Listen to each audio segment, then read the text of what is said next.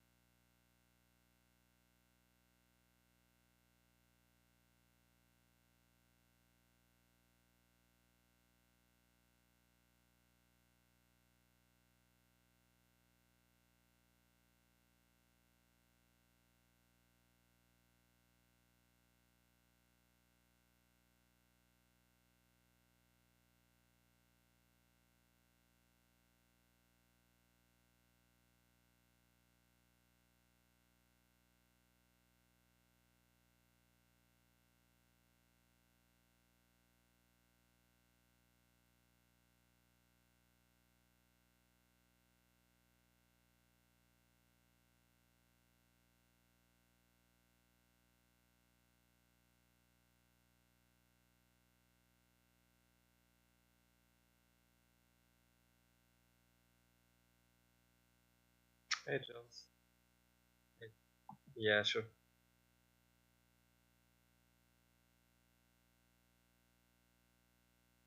Okay. He said,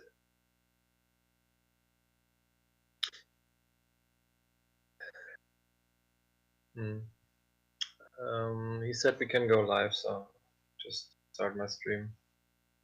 Or are you not live yet?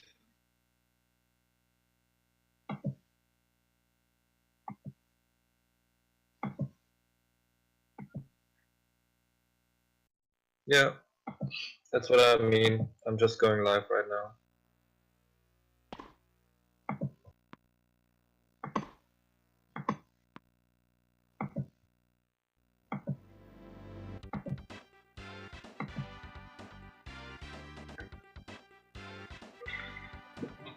No problem.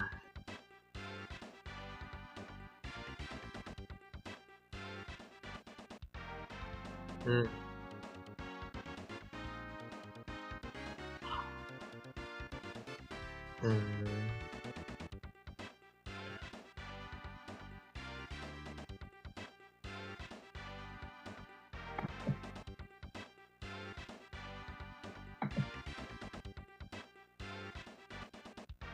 I should mute it too, I guess, on OBS.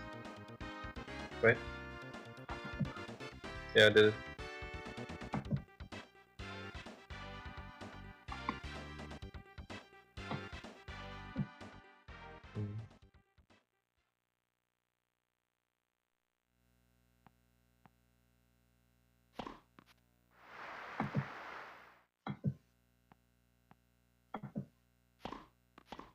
Yeah, I think my bitrate is at 900 or something. Let me check. I made it before. Yeah, 800 I put it down. So I think that's fine.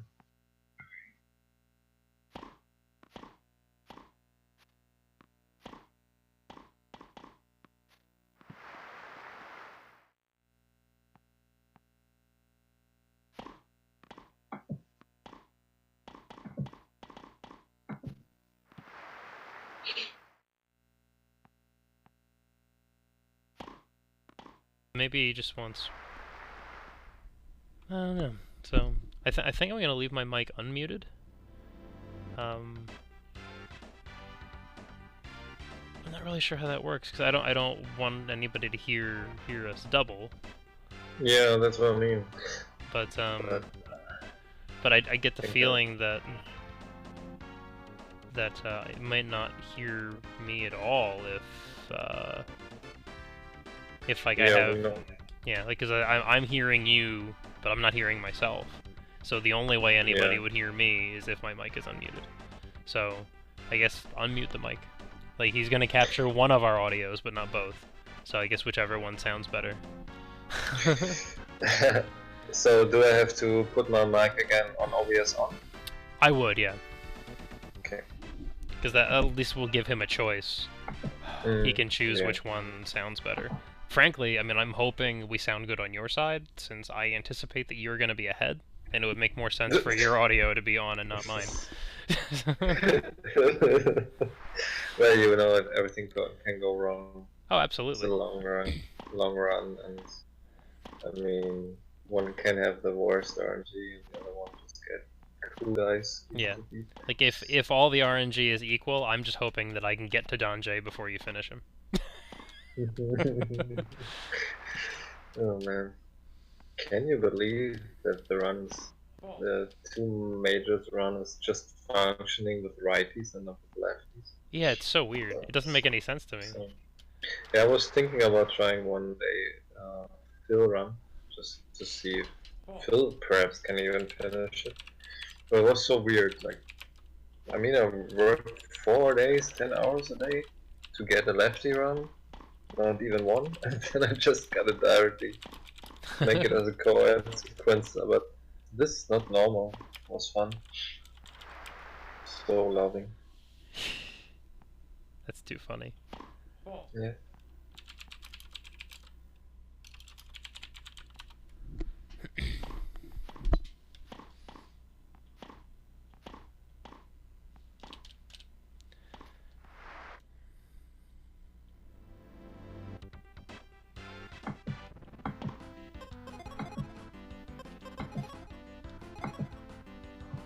Got 2 messages from him. Wait. Make sure your bitrate is like 1000. The RTM server can only take so much. Yeah, sure. I was having 800. I'm not streaming more than 800 in general. He wrote the same message to both of us. Yeah. It's, let's see. Yeah, I set mine down to 1000, but it's still hovering a little over 1000. This is normal. When you put it on 1000, it comes to 1100. So I still have 800 too, and now it's like showing 900 and 1000. So Okay. you can do it down to 900 if you're worrying about that. No difference. Yeah, I'm just trying to not cause problems for him. Let's see. Output. Let's go 900.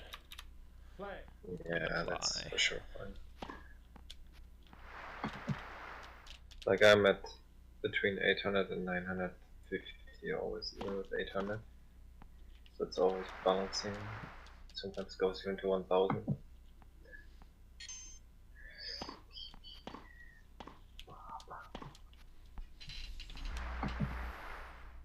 And your wife is okay with that? Yep. Yeah, she's taking care of bath time and bedtime. Okay. And I'm good to go. I mean, again, this isn't that far off from my normal stream time anyway, so. Okay.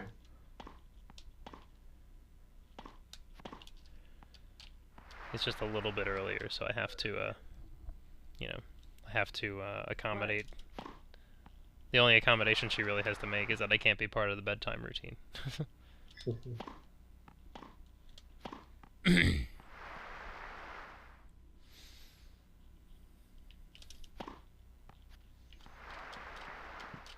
I just have to remember about the fatigue.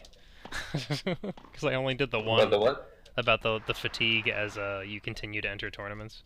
How you have to cut your angles a little wider as you go. Yeah, the turret thing. I heard myself a little bit in echo in your background. Interesting. Very low when I was like getting louder. Now I hear myself a little bit in your background. Okay, hopefully that's not too much of a problem. I mean, if we'll try to work with Zelnus if he needs us to adjust levels and whatnot. There are little gaps between points here and there. That's fine. So yeah, I mean, we've got time to talk about everything. Like, we can do a pretty thorough Super Tennis history here. And we can pace ourselves.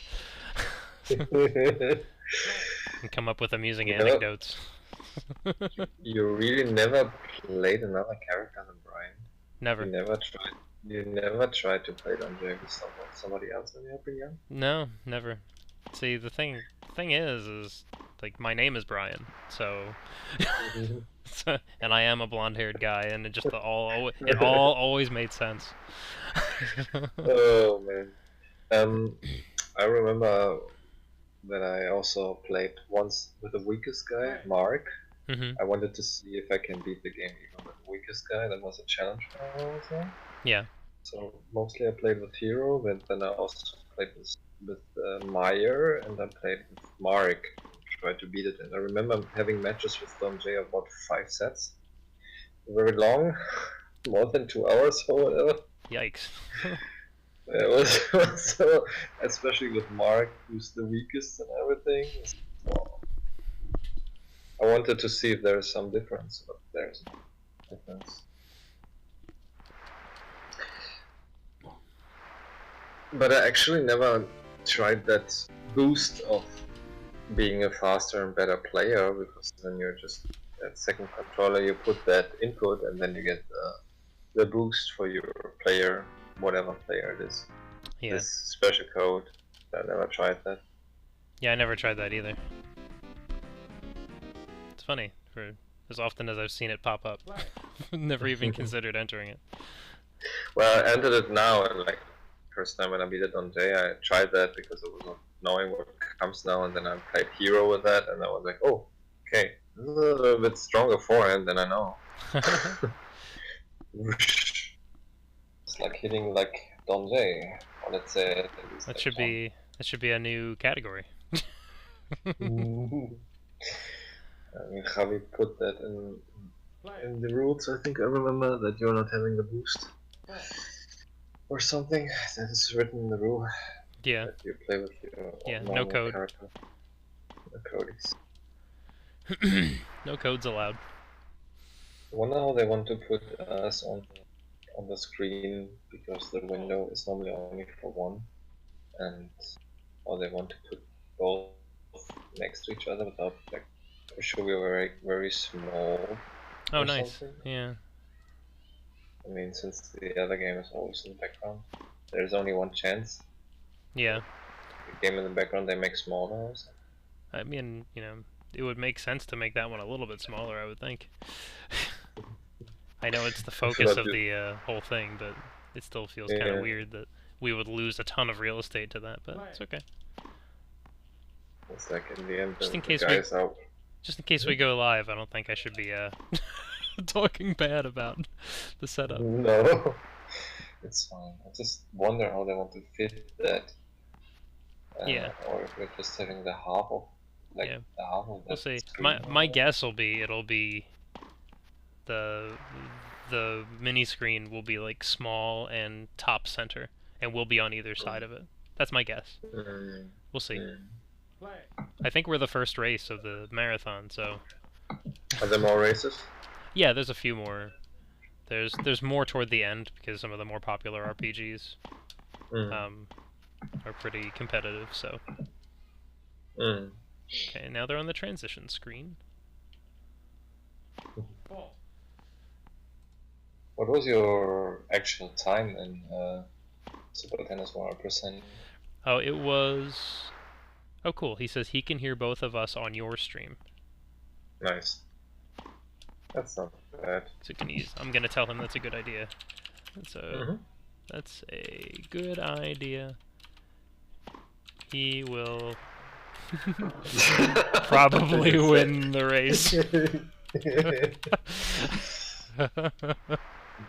Well, imagine I have an automatic update, what I just had half an hour ago when I started my laptop.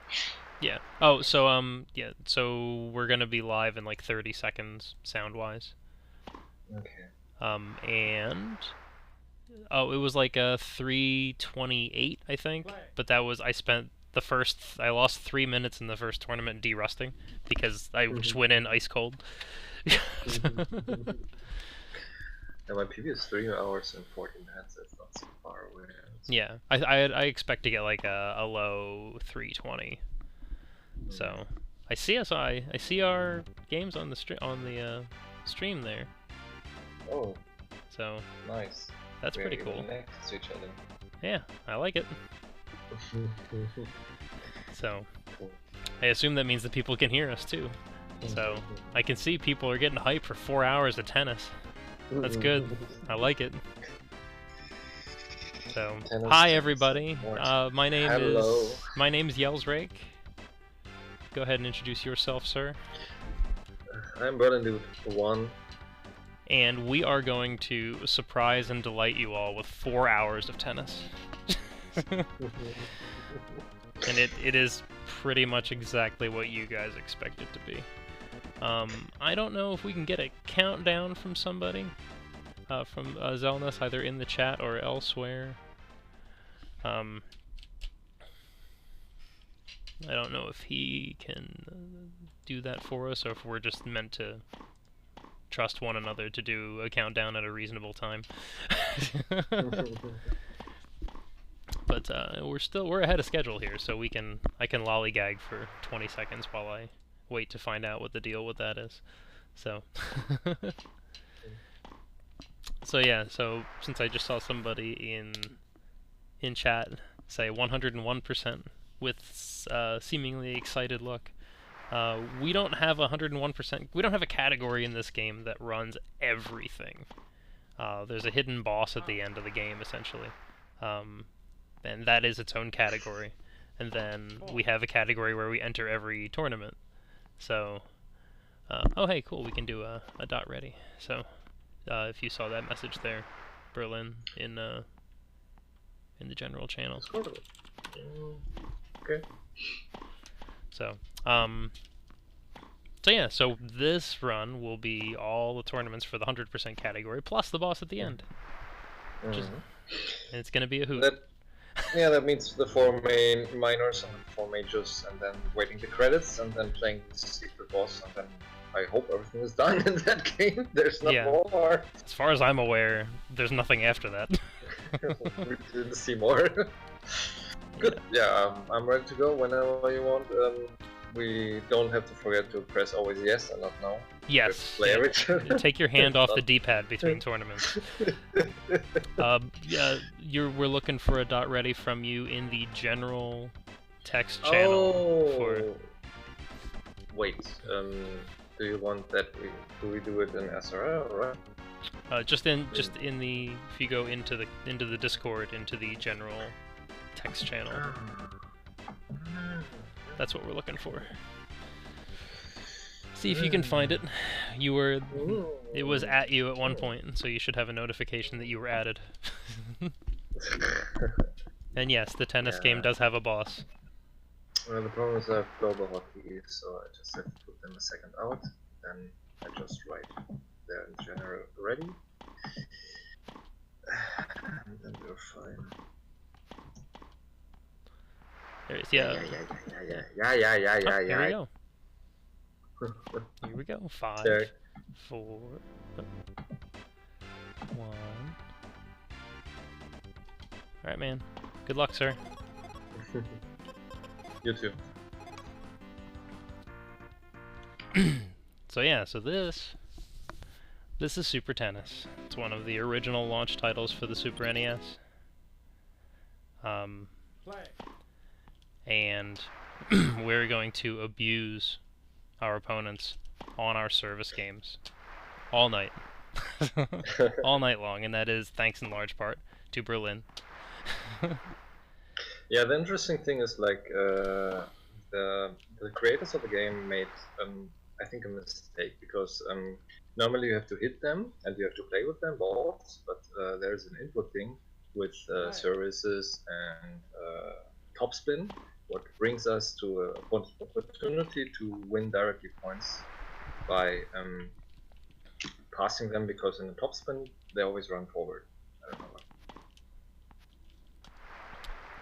Yeah, so it's a the mechanic to beat normal folks, I'll say, on your serve is slightly different from the mechanic to beat the final guy on your serve, but it's really just an additional input for normal folk, where you will, at least for me, playing as a right-handed character, I will press the direction that I'm serving toward, and the R button, and I will mash A as quickly as I can. and it just throws out this really wacky slice serve that nobody knows what to do with. Yeah, and I'm a lefty because I just want to explain I'm lefty, so I use the L button instead of the R button. But continue. Just wanted to. Yeah. Oh yeah, absolutely. So, and you have to adjust. During the course of the tournaments here, you have to adjust your positioning. As you go, you can't just like stand at the same spot on the baseline when you're serving. You have to kind of move and adjust your angle as needed. So, just like in real tennis, I'll say, there are the three, you'll see all three different court surfaces. You will see, we're playing on clay court right now, and then we will play on hard court and lawn court. So, hard court is what you would have seen in like, the US Open or the Australian Open, and then lawn court is more like your traditional Wimbledon court style. So yeah, since in the time there was also licensing already a thing. Like when you want to use the name of the Australian Open or whatever, you have to pay. The creators of Super Tennis decided to not use it, to not pay a license, and just called it like Melbourne Open or London Open because they didn't want to pay money for just the original names. If anything, if anything, it gives you insight into locations where other minor tournaments actually occurred. At least I would assume. I would assume that Rio is a location where they would have had a tournament. Actually, since I know professional tennis tournaments and also the schedule every year, the schedule is mostly correct because it starts with Rio or it starts with the South with South America, and then goes forward. Like it's similar. There are some similarities, so they put in small effort at least with that. Nice. That's good to know. Yeah, it's like there's a clay court session in February, but normally it's like first it's Australian Open, then comes Rio and everything. So yeah, there's some kind of different, but it's fine. Yeah. Did you already get somebody you don't want to play, or is everything fine? Yeah, I'm in the second round now. Same. Yeah. I played till. Oh, nice. I played Mark, I think, and now I just lost my first point. I played before Ruben, and now I played on the second. And for everybody who's watching it, like I said, we somehow found a lot of things like service winners or aces against the guys, or playing passing shots that they're not reaching them. A very annoying part in this game is when the opponents are grabbing the balls because the ball comes slow, but you cannot play it faster after that. You just have to live with that, and it's really annoying when they are just always grabbing the balls and bring the ball back.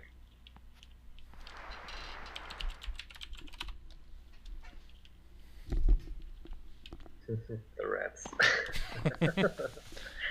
Rats! Shout out to rats. It's an emote what Shell says from Super Tennis. It's when the opponent, there are three things what the opponent can do or what you can character. Like you can say yeah when you win a point.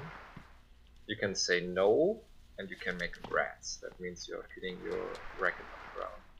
Yeah, rats is my favorite. Everybody's favorite. Well, yeah, I'm not special in that regard. Yeah, and depending on we have some enemies we don't want to play. There are some enemies.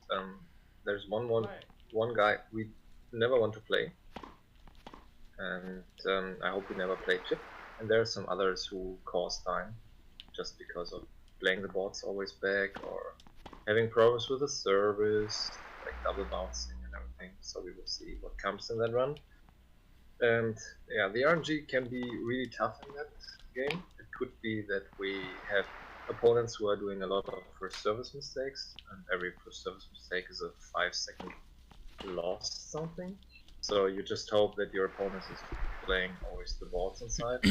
That your game, like your boss pass when you're playing him? Yeah, you want lots of winners, and to a certain extent, your opponent is going to guess one way or the other when you try to win. To use like a cross-court winner to return a serve. They may charge the net, and they might make it very difficult for you to win points very quickly. You know, ideally, you're just looking for when you're returning serve, you just want to win right off of the service return. That is absolutely the fastest. And like Berlin said, you don't want to be dealing with somebody with a low first service percentage. You don't want a lot of faults, because every fault just wastes time. Yeah. Basically, this is just a lesson in trying to not waste time. All you're doing is trying to like every single thing you can do. There's a limit to how much you can control it, so you're just trying to minimize mistakes. He says as he makes a mistake. Every single thing has an if everything goes the way tennis should, where they just keep getting their serves in, and you keep returning with winners. Then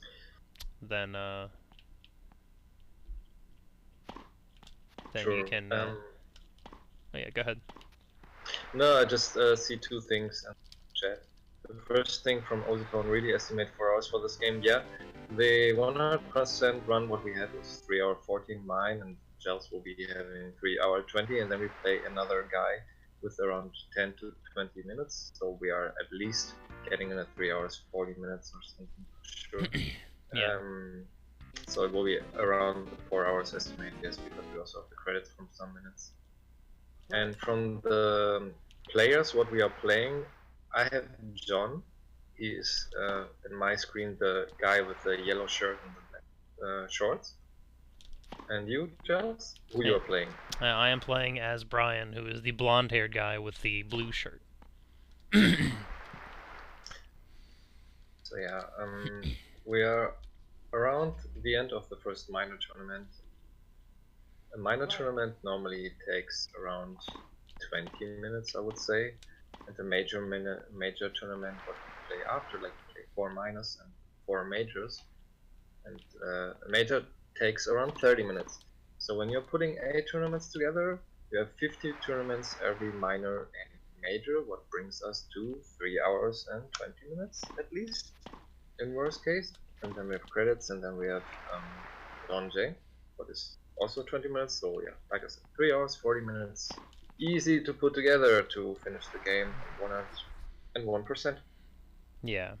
So yeah, essentially, what you're going to be seeing here is just a lot of repetition. Basically, all the tennis you can handle and more. Yeah. We're just going to be abusing a variety of opponents and adjusting to their own strengths and abilities on service and service return. It's subtle, but the game just doesn't seem like the opponents don't respond well when you hit a ball, because you basically have different techniques you can hit. You can use like a pretty standard swing, I guess you could call it, with the B button. You can Yep. yeah, you can It's called flat, yeah. Flat, yeah. You can slice it with the A button. You can lob with Y, and you can use topspin with X. And topspin is basically like you're applying a sort of a forward spin to the ball to make it drop down sooner. And topspin, personally, and I think Berlin would agree, is probably the best. Yeah, when you're a casual player, plays the first time, you don't know about mechanic, but with the time, Brian and me, like the Brian character and John character, like it doesn't even matter. We are playing here with the top spin, Giles and me. Just wanted to tell, like, it doesn't even matter. We have the whole spin strange. That's it. Yeah. Right, Giles? That's right. The thing is, like I said, a casual player would use every technique, and the game would be going on because he doesn't. The player is acting different, the opponent, with normal shots. so you get rallies, and the game would be even much longer. With the topspin, we are just cutting down the time completely, and that makes it a short run with 3 hours and 40 minutes, I would say, right? Yeah, because basically, I mean, with the serving trick, you've effectively carved like at least probably a third of the time off of what you would normally do. Not necessarily half, because you still have to serve those 4 points, but you know you've cut a sizable chunk by being able to do mostly service aces. And yes, in chat it should be blue shirt by my name, not white shirt. So. Did you say white shirt? Yeah. That'll probably get fixed soon, or I can just clarify every couple of minutes. Yeah, me and Giles are the only ones who are speedrunning Super Tennis, and that's also how we met. He was the first guy who really speedrun the ending percent, right? Cutting the time down. Yeah, so I mean, I started speedrunning Super Tennis middle of last year. Or maybe not necessarily middle of last year. I'm trying to remember exactly. It's not really that important exactly when. But the key to the whole thing was I was just kind of poking around speedrun.com, trying to find games that I played that had speedruns registered, because you know didn't really have much of a head for speedrunning beyond River City Ransom at that point. So I was just like, oh, I wonder if any of my other games. And I typed in a few titles, and I started typing in like sports games as a joke, because I'm like, well, how do you speedrun a sports game? But then I went there and I saw that somebody had speedrun Super Tennis. I'm like, what? And it was like 3 hours or something like that, and it seemed ridiculously long for the rule set, which was just to win the circuit. And I think Javi, who was previously the only runner to run the game, did it like he played all 4 major tournaments, I think it was. Like I don't know, like if he was, because the rule set was just to finish #1 in the circuit, which is staggeringly easy to do, and we'll go into that a little bit more. We've got lots of time to go over it here, so we'll get there. Definitely. But so I decided to try my hand at it, and I realized that he was just playing tennis. Like he didn't have really any simplified strategies for execution. So I played the same route that he did, where I think I did all 4 majors and cut down his time by like an hour or so. And then I remember being out of town not long after I did that, and getting a private message on Twitch from Berlin saying, "Hey, I just beat your any percent time," and thus a friendship was born. Yeah, the thing is, like when I was younger, I really played this game along, and I found out some tricks. But actually, what I was not expecting could be used in speedruns. Could it be like the cross-court thing? Could it be the thing with Thon J, to put the ball in front of his feet, and things like that helped us a lot. Oh yeah, I don't mean to cut across you here. Are you going to use that the unforced error trick on Don J when you get to him? I can't remember if you still do. No, I don't do it. Okay. I don't need that. Yeah, I didn't think so anymore. Yeah. The thing is, like sometimes he's even put the ball back. There are 2 options. You can use the lob again, or you can put it front. I would try if he's doing put the ball back, that I use one time the forcing. It's like we are giving him the ball and say, just hit it out, no problem. It's just funny. When you watch it, like when an opponent is hitting every ball out, just because you play the ball right next to him. It's just fun. Yeah, so I mean, it's oh yeah. So I mean, the funny thing about this game, I would say, is that it feels like the game doesn't know how to handle when you use a directional pad input along with your whatever type of swing you use. It seems easily fooled, and it's the oddest thing that all you need to do essentially is, aim, just aim left or aim right. And use your topspin, and most of the time, unless he's charging at that spot, it'll go practically right past him. There's kind of a sweet spot in between the distance that he would need to dive to chase the ball down, and no balls, and and the distance that he could actually just swing and hit it with his racket while standing exactly where he was. That if you get in between those two spots, then he'll just kind of whiff at the ball and you win the point. But if you get too far away from him, you're gonna end up having to play some more because he's gonna dive at it and keep the ball in play. Which again, it doesn't necessarily cost you the point; it just wastes time. So I'm doing my fair share of wasting time here, that's for sure.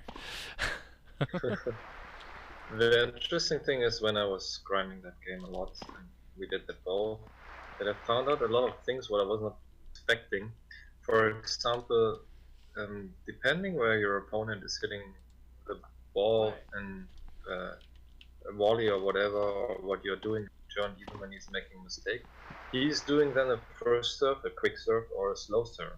I was not expecting that it's even possible, but the creators really created a game what decides of your actions, what kind of ball he's playing as a serve next. So you are not surprised anymore. Since we always thought it's RNG, there is no RNG in this game.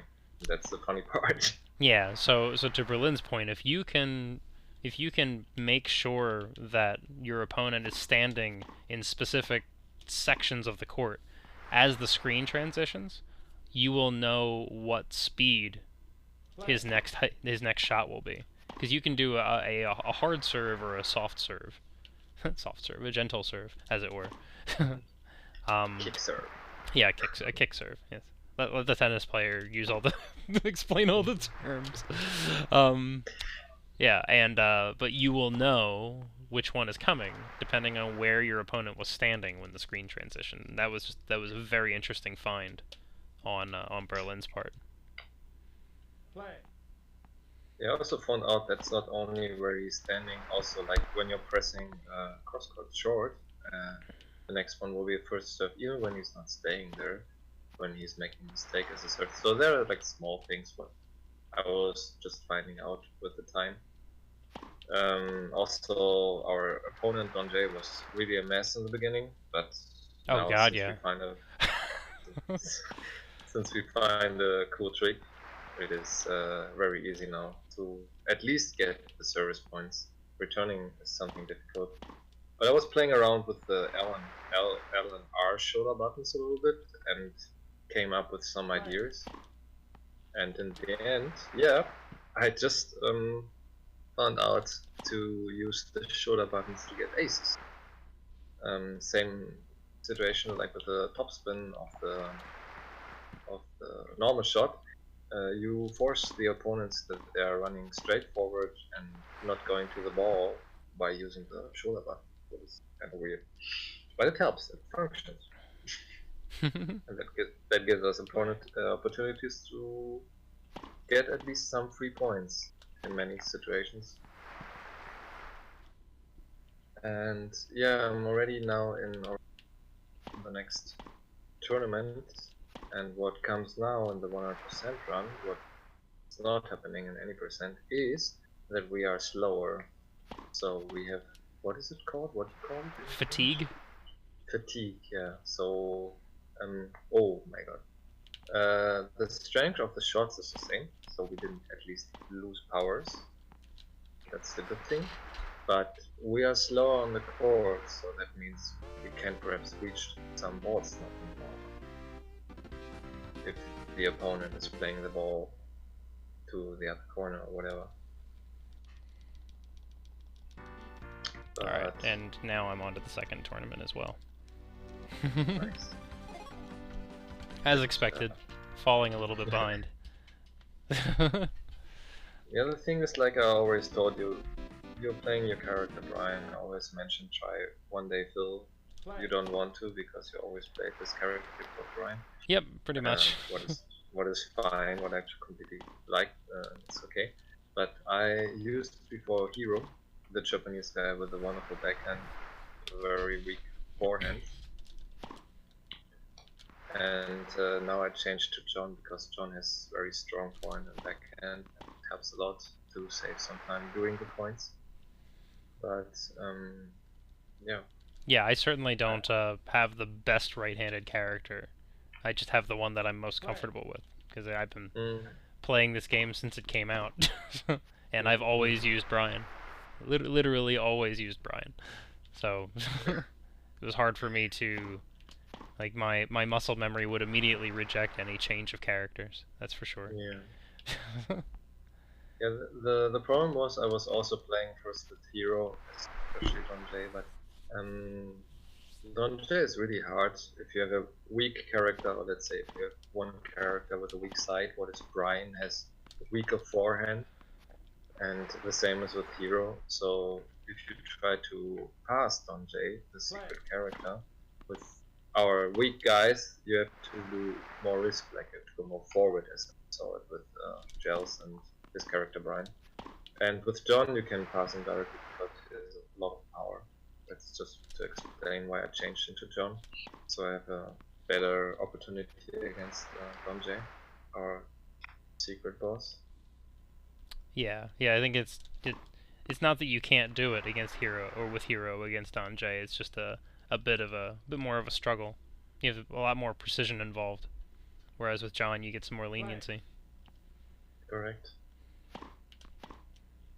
And Brian and John are pretty much in the same league, so I've never had to deal with the the shortcomings of an average player. Yeah, the thing is, like, we created a new category called Don J percent because our Super Tennis runs have been really low for marathons. So just came up with the idea to play the secret character because it's kind of intense and interesting because of RNG of service, winning points, and would be a nice race. So yeah, just came up with a cool thing called Don J percent. What is the shortest run of our run? And it makes fun to watch, I would say. Absolutely. I mean, I don't generally, I don't think that any of the other categories are as entertaining as watching a Don J match, that's for sure. Because then you're playing against an opponent that, at least to a certain extent, kind of knows what they're doing, at least when they're serving. He still can't. He's even more helpless on the... I would say Don J is easier to serve to than all of these folks. Yeah, these folks sometimes grab the ball still when you're serving, but Don J is just directly running in front of the ball, like, I don't know, jumping over. It looks funny. Oh, it's great. It goes through his legs half the time. It's great fun. Yeah, the problem about this Don J you will see later is that he's also the fastest character, like he has the fastest legs. He catches every ball if he wants, and he has a very strong forehand and backhand, like stronger even than the strongest guys in that game.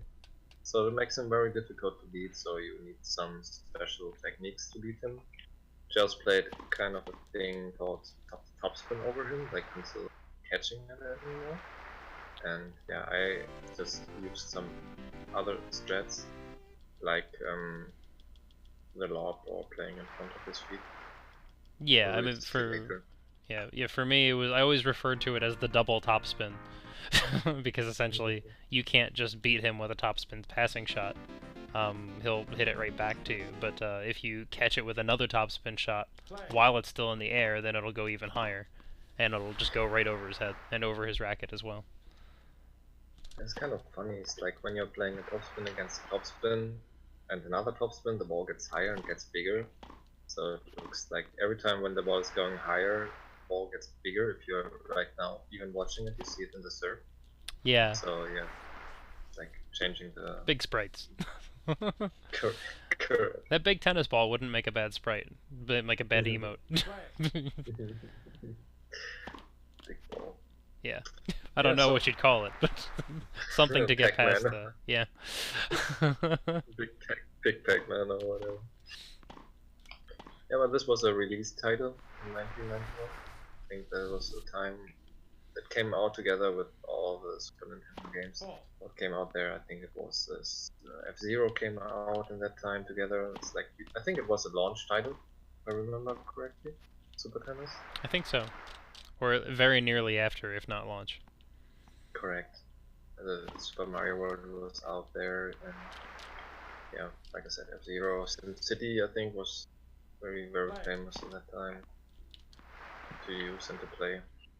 Yeah, and Super Tennis. And what was mostly in the games of Super Nintendo was the name Super before, like Super Castlevania, Mario World, Tennis, Super, always Super, Super, and Super. Everything's super. Correct, correct. So, how are your opponents until now? Since I don't watch your run right now, did you have anyone you didn't like or okay until now? Not necessarily anyone I haven't liked. I'm playing Matt right now. Oh, so we played both Matt. Oh, nice. We get dueling Mats. Yeah, the only problem in that game is not a problem, but you cannot select twice the same character even in friendship thing. Like you cannot play Matt against Matt or something. Yeah, you have That's to. the only thing. You can't do like mirror matches, I guess they would call them. So. Yeah, correct. Like in other games like Street Fighter, you could play Rio against Rio or whatever. Yeah. And now I'm playing you. Oh, nice. In the semis. Just confuse everyone, why don't you? Yeah, the problem is you saw yourself your character when you're not using him, and he's a mess. Like he's really difficult to beat. Yeah. He's a certain volley player.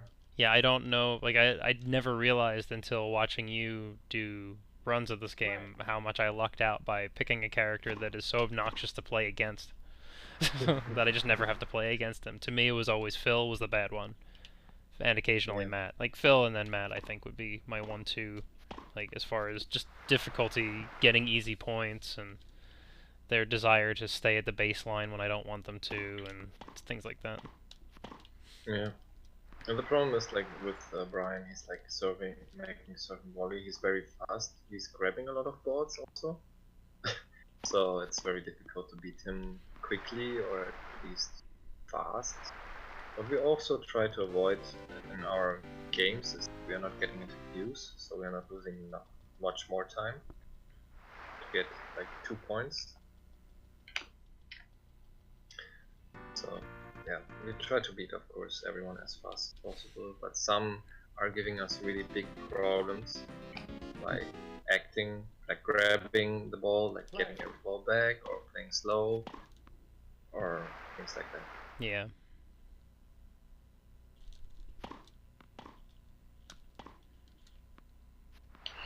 And so just so folks understand the set layout per tournament. In minor tournaments, with the structure here is it's 8 tournaments total. It goes minor, major, minor, major, minor, major, minor, major. So it toggles back and forth. I probably could have just said toggles back and forth rather than saying the words over and over again, but there you go. In in minor tournaments, the first round, second round, and semifinal are all one set. And then the final is best of 3 sets. So in a speedrun, you're going to play 1, 1, 1, and 2, because you're not going to lose a game, let alone a set. So, and then in the major tournaments, hopefully. unless it's Chip, if I get Chip, I might drop a game to him out of sheer frustration. Also, I don't know how this marathon has been with accepting people swearing so far, but if Chip comes up, I might have to mute my microphone. We'll see.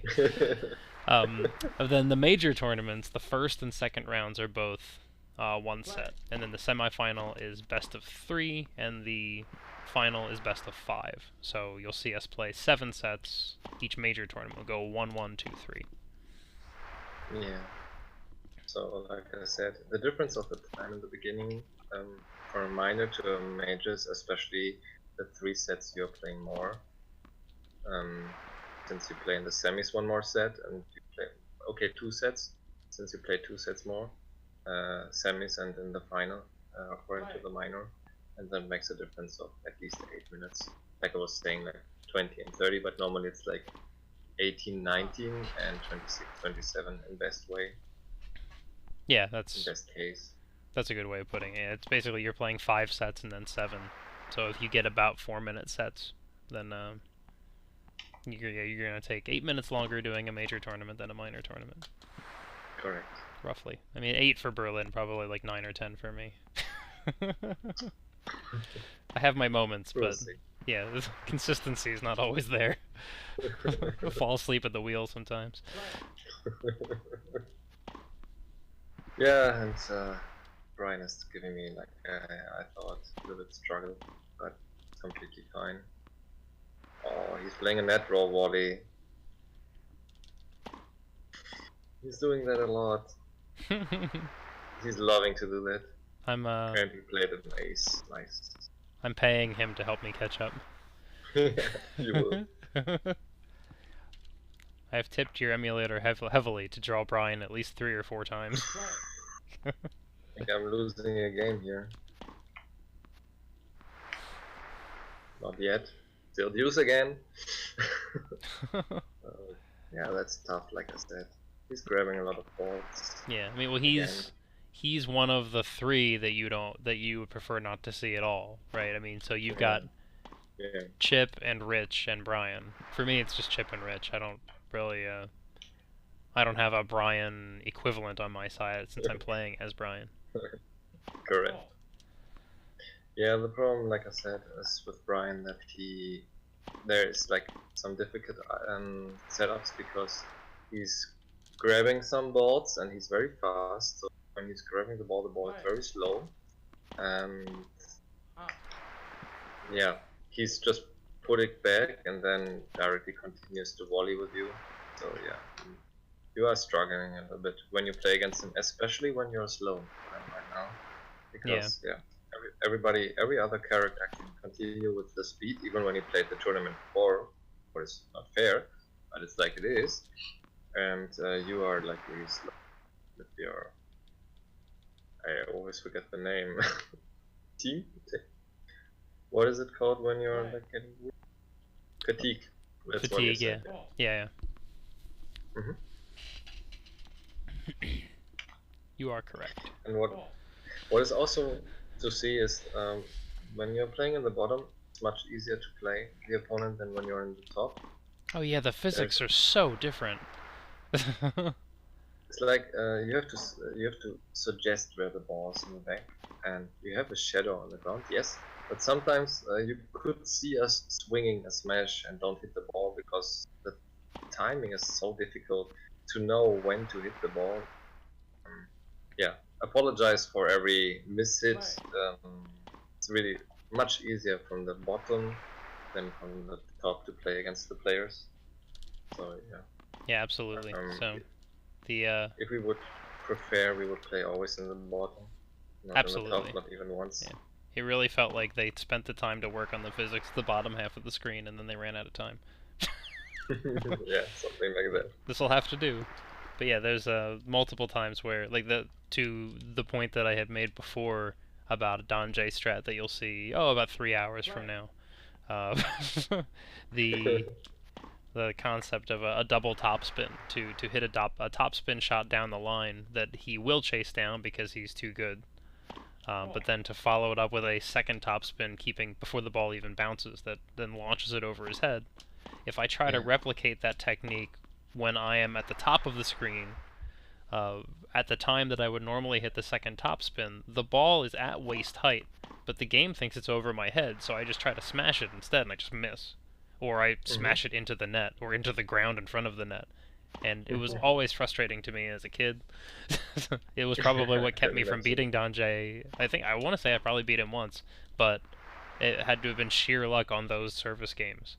It's like, yeah, you really struggle when you're playing casually against Don J, for example, because he's playing all the balls back, and yeah, you could be, when you are playing it casually, you could be winning very closely 4 or 5 sets, 7-6 or whatever. I remember many sets like that, and I was really happy when I finally beat the last character, because it's so hard, because you get every ball and he hits so strong, and you just hope that he's making double fault like that.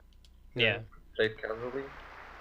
And what would probably end up happening is that you would figure out a good approach for when he would serve out wide.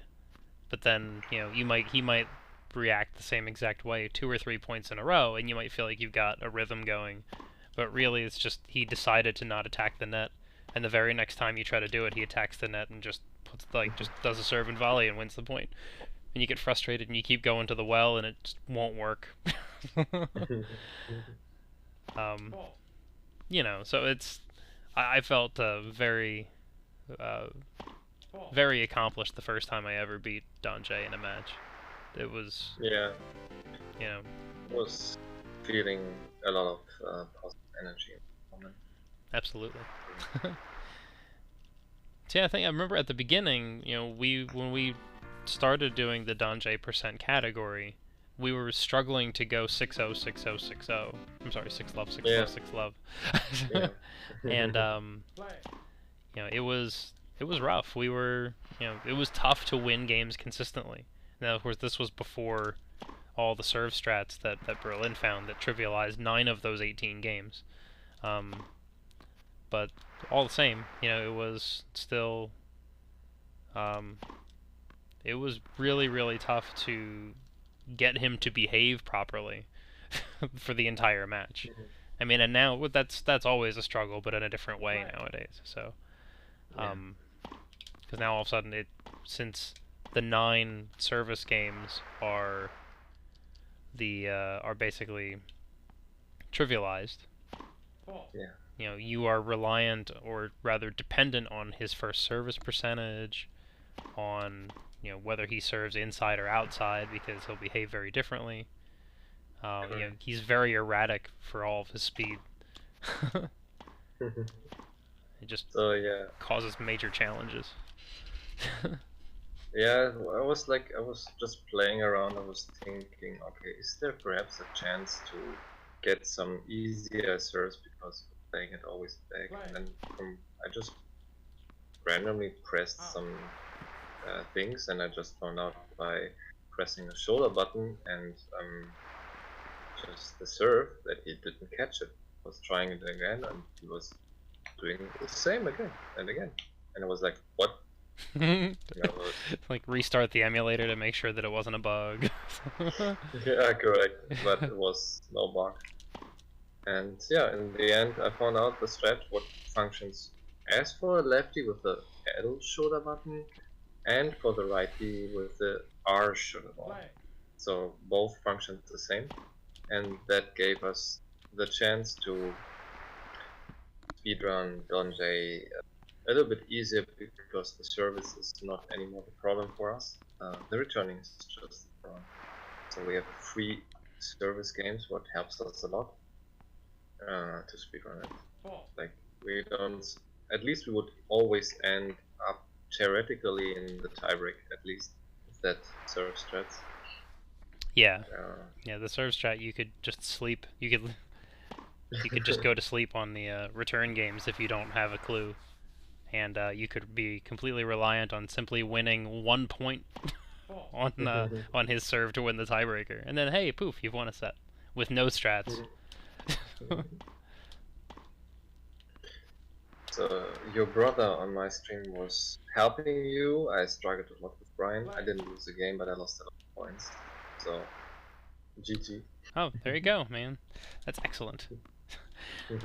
See, it's funny that you say my brother, because I immediately thought of my actual brother. Oh, your actual brother? Who is also a speedrunner, but does not speedrun this game. Although the funny thing is that when we played growing up, he used John. So it's very comfortable to see you use John. Yeah, of course. Like, I'm used to playing against John, this is fine. Yeah, I saw you playing together a lot. Hilarious. It was pretty cool.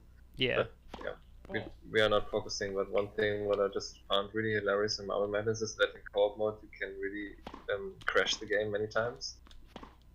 Just by getting, I don't know, the wrong things. Yeah. Just completely randomly. Or at least it felt random. It turns out it's specific sequences that make the game crash, but it's always fun finding new ones. Yeah, and like we already said, the most time saves we can have, or time loss we can have, is because of RNG. If the opponent is grabbing balls, like play the balls back what normally are not playing back, depends also how strong the character is we play against each other.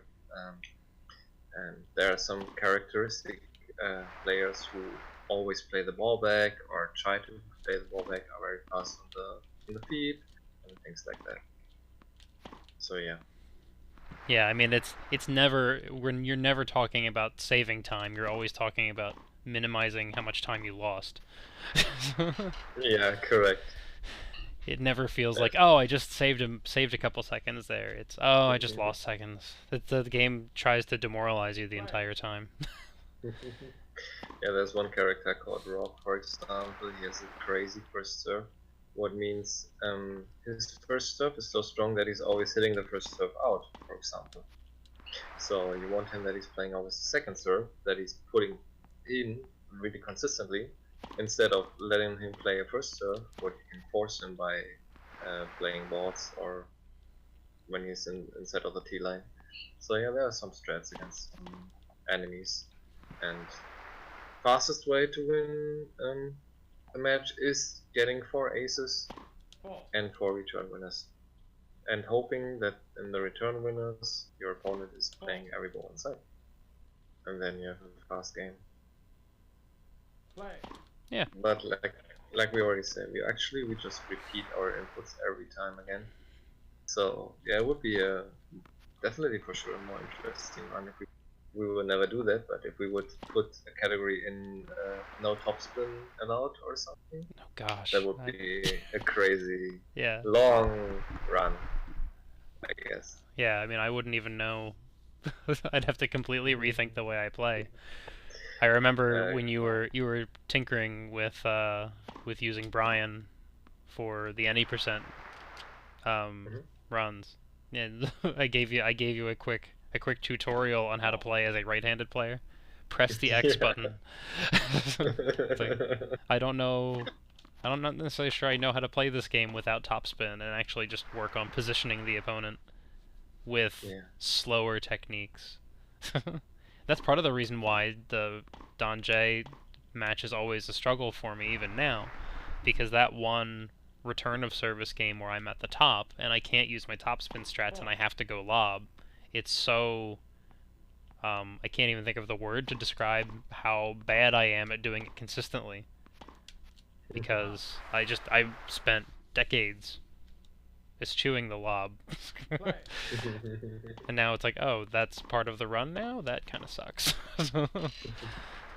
I don't use the lob strat when I'm returning serve at the bottom. I just hope that my backhand is strong enough to get past him. Risk it for comfort. Bottom, you're better. Yeah. Go on. You risk it? You risk it that you're passing him, right? Yeah. Is it like that? Yeah. Because if he charges the net, I can kind of get stuck. He can just kind of do he's trying to do a serve and volley, and he can be successful sometimes. If my cross court winners are not winners, and he charges, he can just have it and put it away, and I can't chase it down.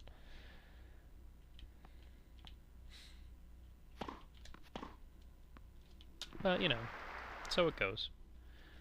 So yeah, so I mean, again, we were starting to talk about any percent, which was yeah, it's I mean, I know you want to talk about this.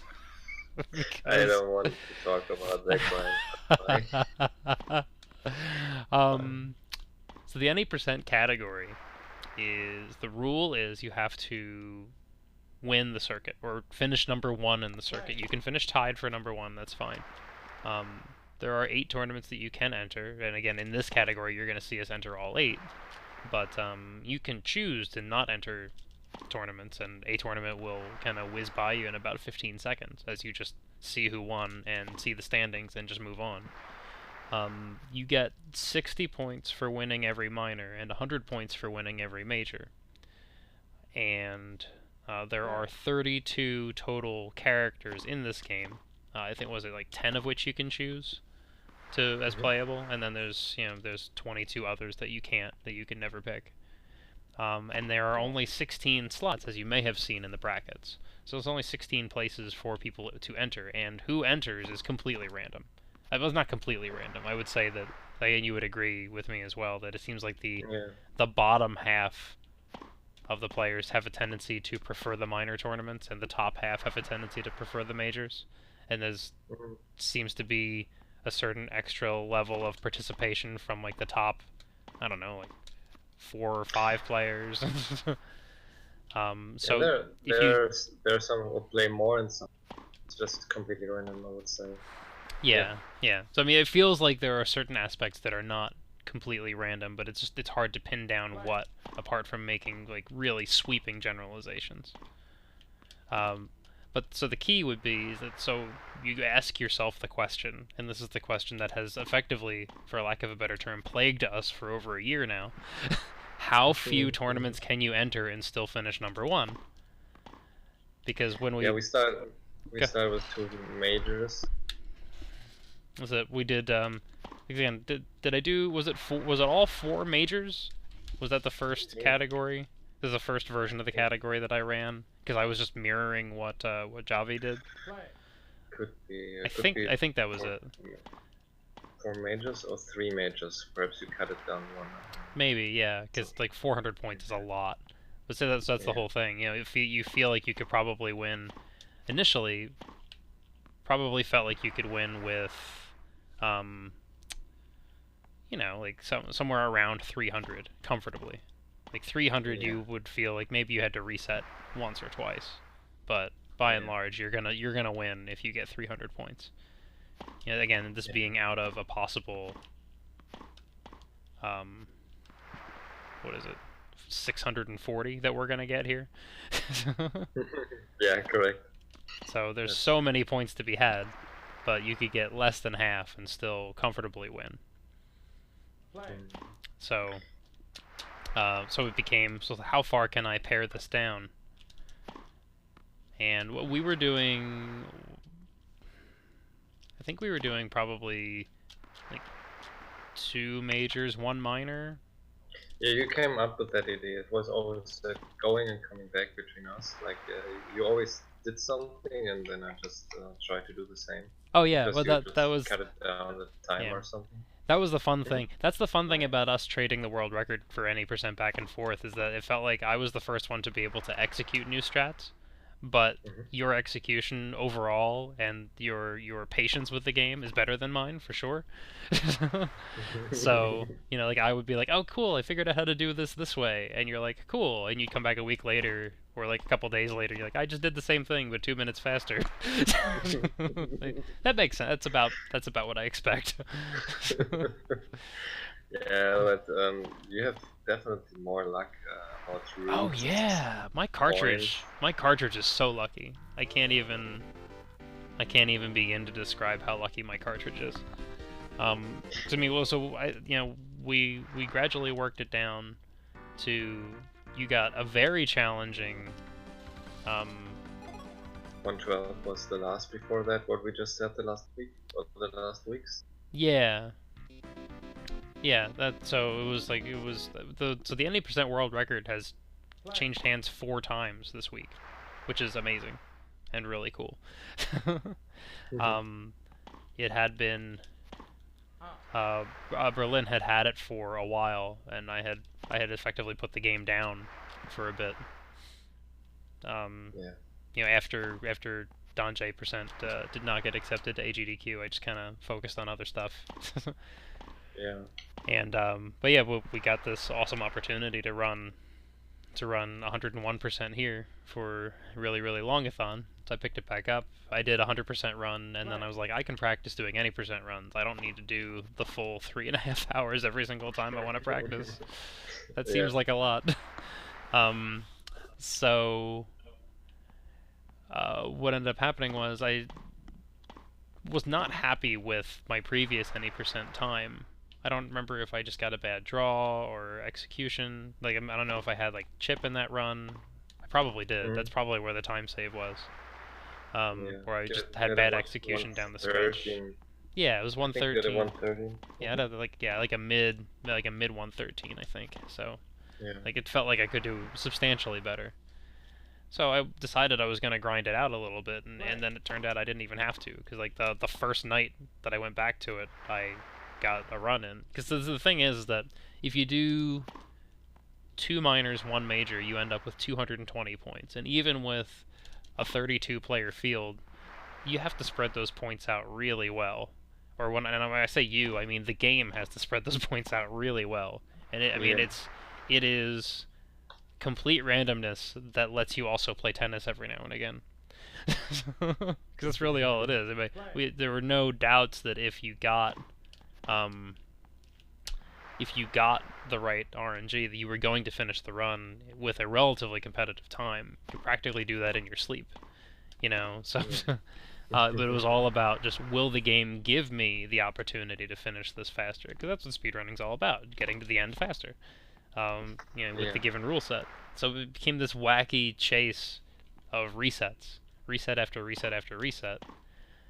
And so I got that was it a lower 112 than you had, and then 112, 13 or something. Yeah, and then you came back with it was a 110, but you had chip as well. So like when we go back and forth with the whole thing of, oh, I managed to complete this 2 minutes faster. You could have completed it 5 minutes faster, but you got a bad draw that I didn't get. Just that the execution difference was very apparent. But at that point, you know, go ahead. No, I just say I would have a 107. That's one character what we try to avoid. Yes. And I hope we are not showing him. Yes, so. I hope too. I hope nobody gets to see Chip apart from his name occasionally showing up somewhere else in the bracket. That is my hope. So yeah, like I said, I got the 110, and then Jazrek for sure wanted to finish the history that he tried to say, okay, hey, what about trying, even because it's only 20 points difference, what about trying the crazy rule called 2 majors, no minors, right? Yep, yeah, because essentially the first time I completed a 2 minors, 1 major route, I finished with 220 points, and second place was at 190. So I'm like, hey, wait a second. I think we can actually do this. But again, you know, that was with, I had taken 20 points away from somebody. So, you know, who knows if it's going to go someplace else. But, you know, I really think that if we grind this out, we should be able to find some route where you can win with only 200 points. And I mean, I was expecting like a massive like 4-way tie. You know, the RNG would have to be just so ridiculous. And it turns out, I mean, I'm kind of right. But the RNG has to be ridiculous. Although you can speak to that more than I can. So again, with my lucky cart. It was like just grinded that a little bit. He had only streamed like 2 or 3 nights, and he finished really the 2 majors 0 minor route, finishing even as number 1 with 200 points and the second one 90. The ridiculous thing about this route is that you need a lot of players at the same points, that they're equalizing themselves. And in the end, I think if you see the draw, you have like one guy like you with 200 and a lot of 190s, 80s, 70s, because they're spreading out the points. The point system is like getting 10 points, 20 or 30, 50, 30 or 50, or 80. Depends if you're playing a major or minor, but everybody gets points who's joining the tournament. And they're always like the strong characters who just collect the points. So yeah, just needed only 170 resets or something. Yeah, it was less than 200, which was staggering. I had no concept for that. I mean, I was prepared to, you know, because I was going to want to finish one run in this category in that route. I was prepared to just grind this out over however many like days or weeks it took after this marathon, but I by no means expected to have it in time for the marathon. That's for sure.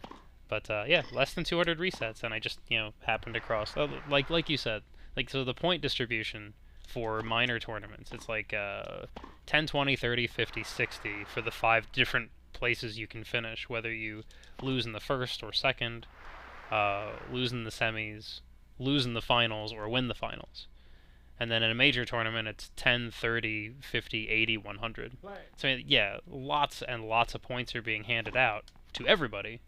So, to get that, all the RNG to go your way, so that the top tier of players, of NPCs, just decide not to enter most tournaments because they would win them otherwise. And then when they don't, the people that win are staggered, and mid-tier players, but the same mid-tier player doesn't win 2 tournaments, and if they win one of the big ones, they stay away from most of the other ones, which is what I ran into with in mine. I think Ken finished in second place with 190 points, but he had 190 points after London, and he just didn't enter either of the last 2 tournaments by complete baffling luck. Ignoring the tournaments, not playing anymore. He thought he had it in the bag. He just took the rest of the season off. I don't blame him. And I was very happy for Jasmine that he finished it, because he proved it. Because it was still in that time, it was is it really provable? Even when he had that 220. And he finished it with 200 points. And so, did I try the same? Grinding the game out, but I played like 4 or 5 days in a row, 10 to 15 hours every day, and I was not getting even one run. I was 2-3 times close, but every time the RNG or the game decided to not finish or let me finish.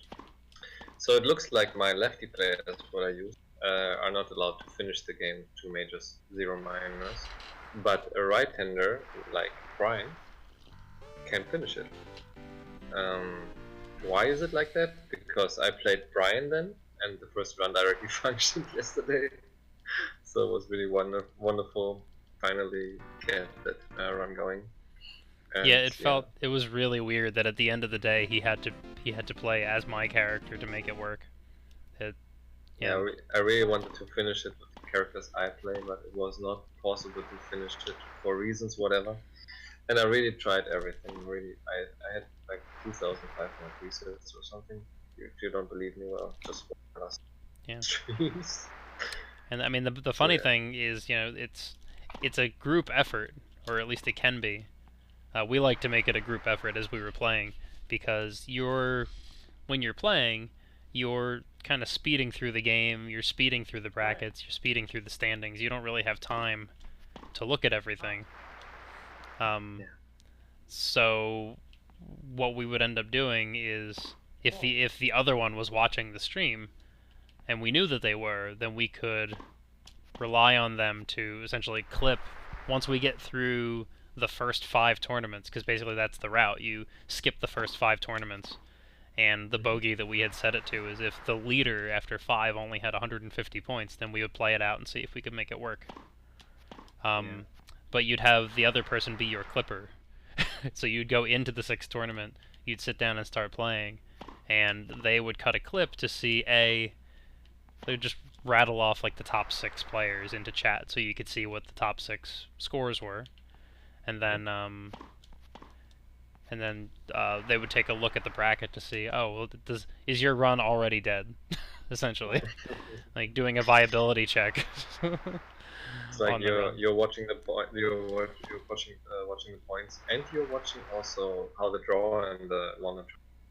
So you can possibly see, okay, is there a guy who can play semis? Like we're always watching the draw, because we are skipping the draw. We don't want to see that so much because it takes time. Mostly. Yeah. I mean, you figured out at the end of the day that you could probably afford 10 seconds here and there to just take a look to validate for yourself, at least to some degree. But yeah, no, I remember I was doing there was a point in time where I was doing the clipping myself on my streaming PC, and it messed up my sound. So I actually had a run that had a chance, and I got halfway through, but nobody could hear the game because it just messed with me going through and loading all these clips on my streaming PC while I'm trying to stream the game kept creating issues with my streaming PC. So at that point, I grabbed my laptop and I started doing clips on my laptop while playing. Like I just had it like on a TV stand next to me. So I was like, okay, well, I get into a tournament, the numbers looked okay. So here's the deal, because there's not much for as seemingly effortless as this whole thing is, you don't get breaks. There's no logical gap to go and look at something.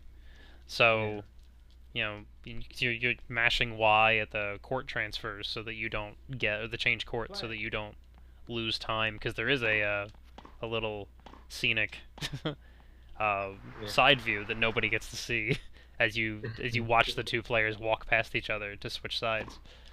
Yeah. It's kind of neat, and it has neat music that nobody will ever hear. And but yeah, we'll never see that changing thing. But yeah, so like you're mashing Y there. When you're serving, you need to be focused on making sure that you get your service points in properly. Because every point's going to be subtly different, and you just want to make sure that you're not making stupid mistakes there that cost you time. So realistically, the only opportunity you have is during the 12 points in a one-set match where you're returning serve. So I would give myself the first round match just to see the standings, and then I'd give myself the second one-set match just to be able to see the bracket. So I'd give myself, so I'm like, okay, well, if I play, 10 minutes worth of 2 sets or whatever, that doesn't feel nearly as much of a loss of time as if I played through this entire tournament, only to find that the run's already over and I could have reset 20 minutes ago. Correct. That's why always, when you had been not clipping it, always watching a little bit, like in the seconds, going up the ranking, even to lose 10 seconds, watching the bracket, if possibilities are there that we can finish the run or at least enter the next tournament, our next major, with not having someone already having passed 200 points. Yeah, because that's the thing. You could get through and determine that you're fine through London, but then there's also one more tournament that you're not going to enter after Tokyo, London. the minor. Yeah, the last minor tournament. So you could get through and the RNG might seem fine, and then you skip Tokyo and somebody has 200 points already. You go, oh, well, shit, I lost half an hour. Correct. And that's just how it is, so, Yeah.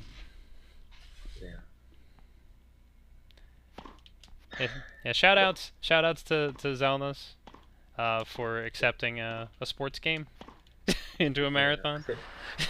Hashtag give golf a chance. Yeah, how long do they try to bring golf into GDQ? For years, I guess. For forever it feels like. Yeah. I don't want them to give up. I feel like if enough of us submit sports games, maybe they'll give in and it'll bend so far we'll get a full sports block. So you'll get golf, we'll get the Don J race in. So you'll get golf, you'll get tennis, and just need some folks with other sports games to chime in for. We'll make it happen. It can happen. It probably won't happen, but that's okay. But yeah, I'm very grateful that we got the chance to show this off, because it is very much a different genre than what you typically see in marathons in general, and this marathon in particular is very, since it's long games, you're going to be very heavily RPG focused. I mean, I know we had like Mario Party in earlier today, but still, largely RPG focused. So it's a nice little break, give you a different flavor. So there's a couple crazy people out there that like to play tennis for hours at a time. Hi, that's us. Yeah, we grew up with that games. Yeah. It has a place in our hearts. Sure. Oh yeah, for me in particular, like this was during. I mean, when this came out, what was it? It was like Sampras and Agassi were big. Yeah. Right. Yeah, So. yeah, And 91, correct. yeah. So I mean, I remember. For me, the start of my summer vacation from school was always Wimbledon. Like when I was Yeah, when I was in school, like I knew that was what always told me that summer was officially here. Was that I would sit around at home the first 2 weeks watching Wimbledon. Nice.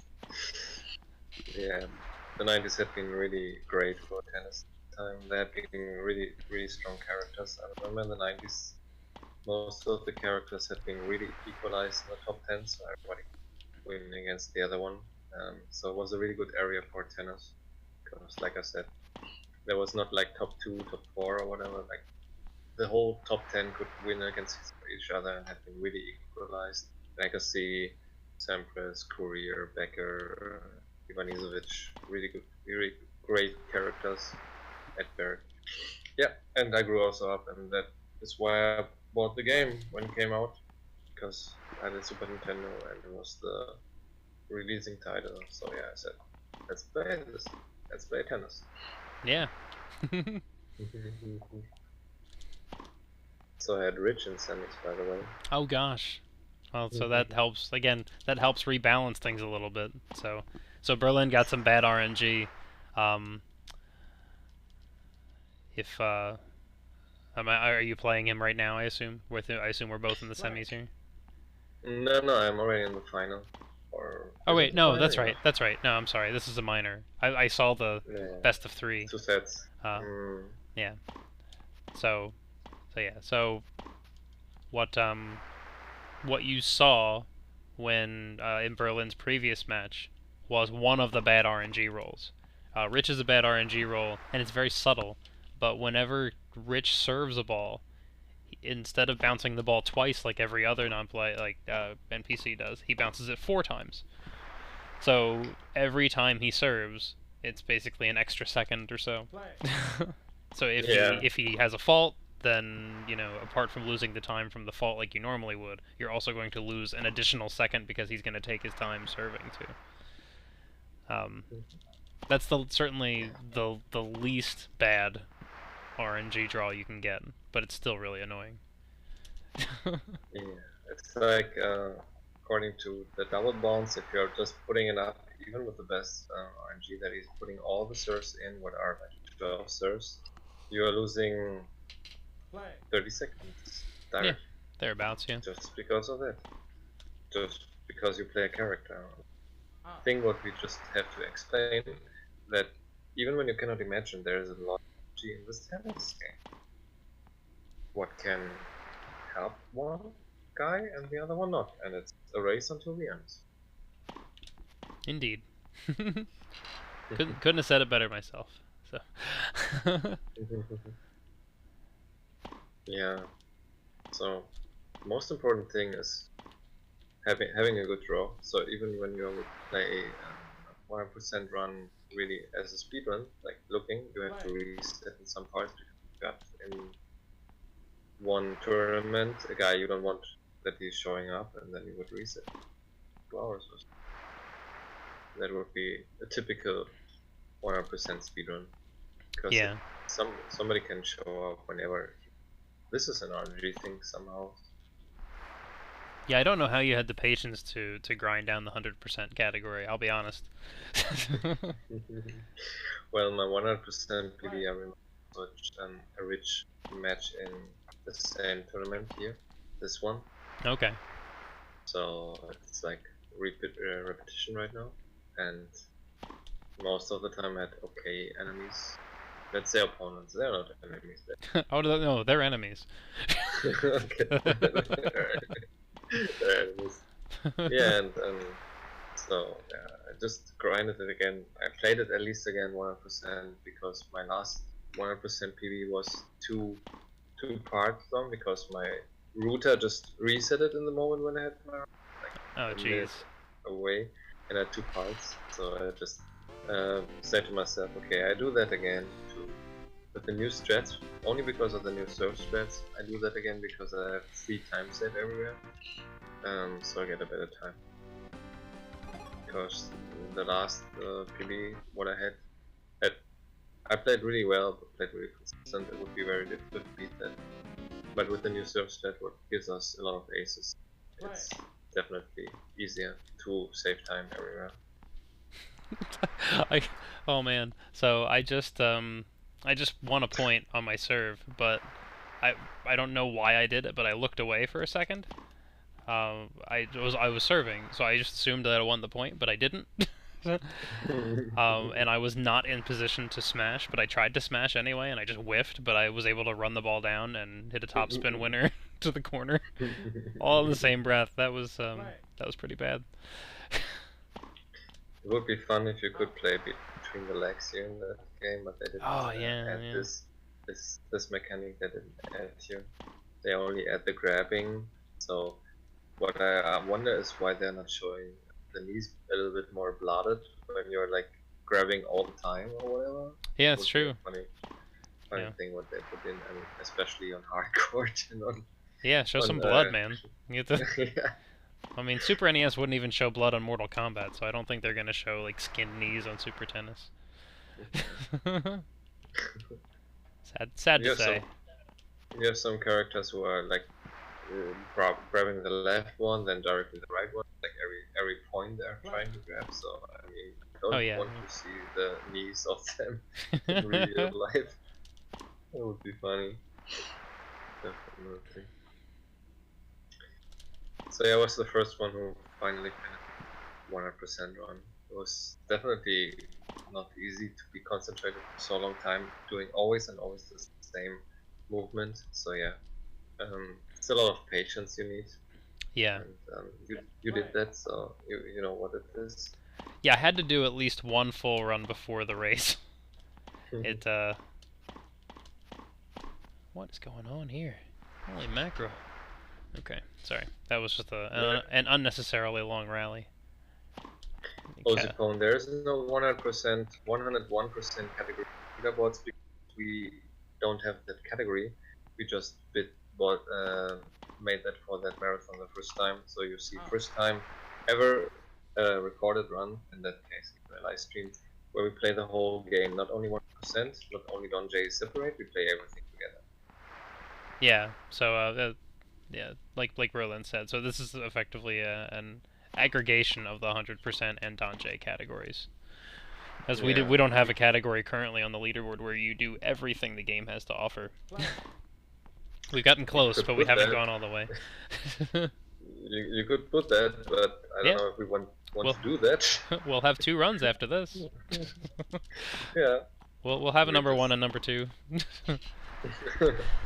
Like the other ones, but the funny thing is we got even some runners in the 80%. There have been some guys submitting runs, even when there have been 2 hours or whatever. Yeah. Like we have already 5 people in interest. So it's not completely devoid of people participating. So that's good. Yeah. Guaranteed world record. Yes, indeed. Yes, the winner of the race will have the 101% world record. So it's a confirmed world record. Yeah. We don't even have to do other things. So you see live a world record on screen from one of us in that category. What is not existing? I wonder what would be 1 or 2%. I'm knowing what would be 200%, by the way, Gels. 200%. No thanks. So for 102%, I would say you have to do the 101%, but then you also have to enter a password successfully. Because I don't know if anybody's noticed the passwords when they've come up between tournaments, but the passwords. You would win that. Yeah, the password system in this game is strong. I want to say that the password that you have to enter to get to the Don J match, if you just want to like go there directly so that you can practice. I mean, all of them are the same length, but it's, what is it? So each row is 14. It's 3 rows of 14, and then the last row you use what? 7, 9, 9. Or, like I think it's 10. I think there's only four empty spaces at the end of it. Yeah. So Yeah, so it's like a... Crap, I already... Math. I can't math while I'm playing tennis. 42 and... It's, I mean, it's like a 50 plus character 50 plus Very character long password. Yeah.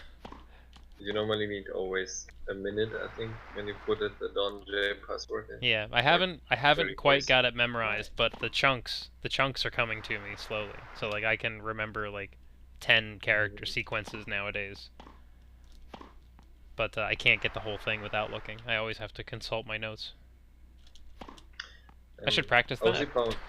There's a question in the chat from Ozipone. Why we call it 100%? Do you want to answer that? Just for him? So we go with the 100% name because those categories were specifically about circuit mode. And more specifically, so the circuit itself being 8 tournaments long, and 100% basically going for winning every tournament. Yeah, not so much just participating in every tournament, but maximizing your score in the circuit mode and queuing the credits. Getting all the points what are possible, correct? Yeah. So I mean, the fact, because essentially the Don J match happens after the credits. You get to the end of the credits and then you press a button and the password screen appears with a long ass password that will help you get to Don J in the future should you desire self-harm. And and then yeah, from there you then play that match. So for 100%, that was always considered to be an additional piece, but not actually part of the run. Whereas yeah, in practice, I could see that what we're about to do right now probably should be 100% since we're not going above and beyond what the game has to offer. We're doing all of it. But we're also not the mods on this page on Speedrun.com, so we don't get to make that call. Maybe if we ask him to create a 101% category, he'll be like, "There's no such thing as 101%," and he'll rename everything.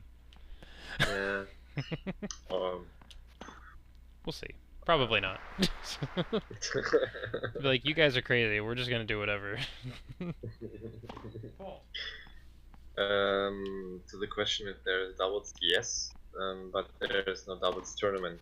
So I don't know if it was not possible to put it on the cartridge, but you can only enter the tournament circuit as a single player, woman or man at least. But you cannot play as doubles. You can play as doubles for exhibition sets and ground phase, whatever you want, but you cannot play tournaments as doubles. So there's no more possibility, Eddie. I'm sorry for that, and it would be very difficult for me to play Jets since I have to fly some hours, like 12 or something. The commute would be really bad, yeah. Just to come over and play some doubles. Come on, let's have a double tournament, no problem, 3 hours, and then see you. Yeah. I have to be at work tomorrow morning, so...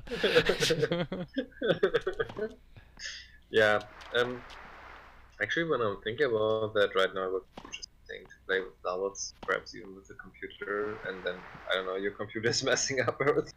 Yeah. Big RNG thing. Like, do I get to serve all the time, or do I have to deal with the computer serving for me? That could be a deal breaker. Yep. Plus, having to play with the alleys open too. I mean, it just feels like just be difficult to get used to. You are knowing a lot of NES games, right? Some. I won't say I know. Particularly in these crowds, I won't say I know a lot. There was one game called Super Spike V-Ball, if you know this, and there was also like you played beach volleyball. Yeah, one of my River City Ransom counterparts, Nisse from Sweden. I think I've seen him play that. I think I saw him play it at a marathon once, and I saw it was a co-op mode, and that was a lot of fun to watch. I myself have never played the game, but which should surprise nobody. But it looked like a lot of fun. Yes, just like I said, there's a thing you can play alone with two computers as opponents, and one computer as your partner, and you just hope that your partner is just catching the balls. Oh, I Just gotcha. what I Okay. was thinking about that right now. I gotcha. So, yeah. I gotcha. RNG again. The RNG would be high in that game. Is your partner doing a double fault and screaming at him and say, hey, You're wasting time. yeah, Why are you correct. wasting my time? But yeah, I played also when I was young with a friend of mine, where the guy who brought me even into tennis, I played this game and we played the whole. Yeah, it was fun for sure. Yeah. You played for sure with your brother, I guess. Yeah, I played with my brother a lot. And I would also, like, friends would come over after school, and I would force them to play it. Just convince. It was always a tough sell at first to convince them that it was fun to play a tennis video game, but they bought into it. Yeah. I mean, you get the right competitive people there. I mean, these are the same people that I would spend all night playing like Tekken 2 with later on in my high school years. So, you know, you give them any sort of game where there's a winner and a loser, and they'll jump right in. So. Yeah. Yes. The interesting thing is when you play against real players, that there is not anymore this easy execution. So oh yeah, no, points. My brother would repeatedly beat me at this game. I could not read him at all. Not in the slightest. So your brother is Thon, you would say? My brother is my Donjay, yeah.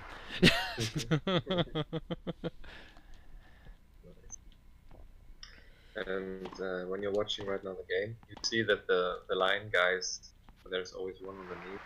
Some people, when they are popping in the stream, ask me, why is this? In real life, it's like the lineman who's watching the serve is going underneath to see the ball if it bounces on the line. So they just copied that from the real tennis, but since they only show the top part and not the bottom, they always have one guy underneath. And when you're seeing a ball, the guy is actually going up. If you never saw that, so that's like a typical how it goes. Yeah, it's a nice little added touch that they put into the game. Yeah. That's totally Mario as the referee. Mario without his hat on. I would be happy if they would use in a way a cheat thing or whatever. You beat the game and then the Mario sound really like his voice. But I'm really fine with that kind of voice what they use. I would not feel comfortable to hear Mario's spaghetti talking in out play fall and everything. Yeah. So, yeah. But yeah, it's Mario. Definitely, you're right. Mario. It's a me. No Nintendo game without Mario. Yeah, time, not allowed. At least. Yeah, we can also talk a little bit about the surface, but I think everybody who knows tennis can understand that a clay court is the slowest pace, hard court the middle thing, and the grass court is the fastest pace and a lot less bounce. So they put in that game kind of how courts are actually really working. So since we are both like right now in Paris or Roland Garros, we have the slowest ground, what is bouncing highest, and normally every enemy would collect or touch the boards much more often, because yeah, you have a slow phase what is bouncing high. It gives a lot of chances for your players that they continue playing. Things like that. Young Grasswood is very fast and does not bounce very high. So yeah. It's funny that like perspective, I guess, as a tennis player versus cheer. Sorry, I just saw the Ixnot in chat. I saw it too. Cheering for the Marble Madness memer. I saw it too. How's it going? When's Marble Madness speedruns again? Well, you know, you never know. There have been revelations in the Marble Madness any percent in recent months. as a group of Spelunky players have come in and decided that they wanted to run. I think it was largely wow, how am I blanking on the guy who holds most of the world records in Spelunky? Darn it! Well, am I gonna have to pull up Discord on my phone to confirm this? I feel really bad because he's gonna run at AGDQ, and I can't wait to meet him. Oh, holy crap! Why can I not remember this? He better not be here. I feel really bad. But anyway, no, it was oh no, I had it and I lost it. Wow, I was just about to say his name and then I just forgot it again. But he was a big Marble Madness fan, and he decided that he wanted to start running it as well.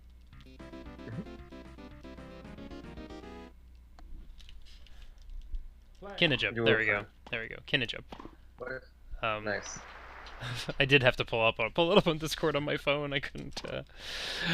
Nice. Yeah. But yeah, so it felt like Kenny was dragging folks from the Spelunky community into Marble Madness. But then we got one of the members. It's either Spef5 or Spief5. It's SPEF5. Who is now the world record holder in Marble Madness. He took to the game very naturally, and his movement is just so pure in that game. It's really a delight to see. So he has talent. Yeah. But collectively, as a group, between Kenny and Spief and Mike is my Ike, and I think there was one other. Oh, it wasn't that there was one other one in the community that got like super good at the game. It was just that they revolutionized a few strategies for any percent, and then my buddy 82, who was sitting like right behind me in the standings, came back long enough to bot me with some of the new strats. So I was third for like 10 months, and now I'm down to 7th. So Wow. I'll be back. That I'm not done with Marble Madness. You'll see it come back. I'll be memeing again before you know it. Nice. But right now we have to finish this tennis meme. And I just made the smashing thing mentioned before. Staying next to the ball and just swing the racket and not hitting it. Nice. Yeah, that's what we want to avoid. But yeah, when you're on the top, sometimes it's very difficult to know when you hit and where to hit. Since yeah, you don't see hitboxes and they're very weird in the game, especially in the top part. Yeah. The top side is all sorts of messed up, for lack of a better term.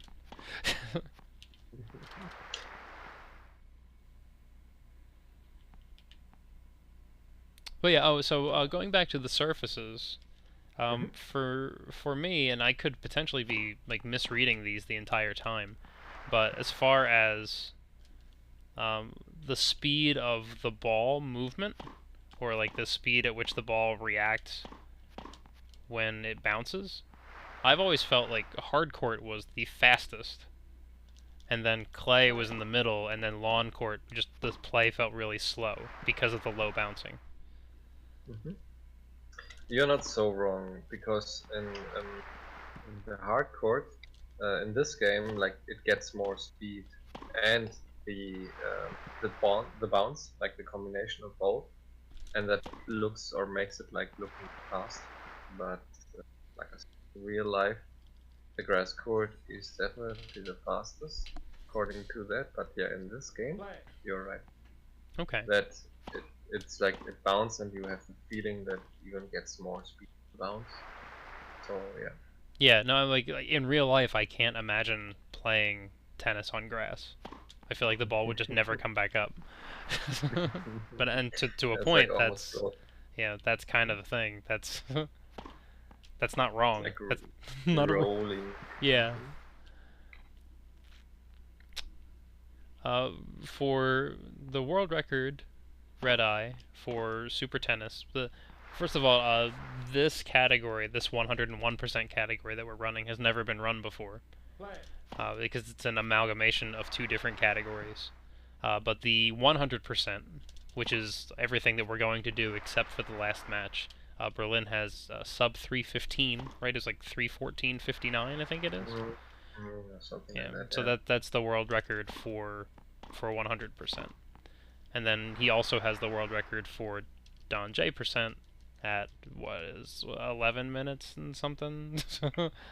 Something Yeah, insane. Like my PB is 13:02 in that category, and yeah, it's like 11 minutes and 13 seconds, and it's no losing point run, what I'm very proud of.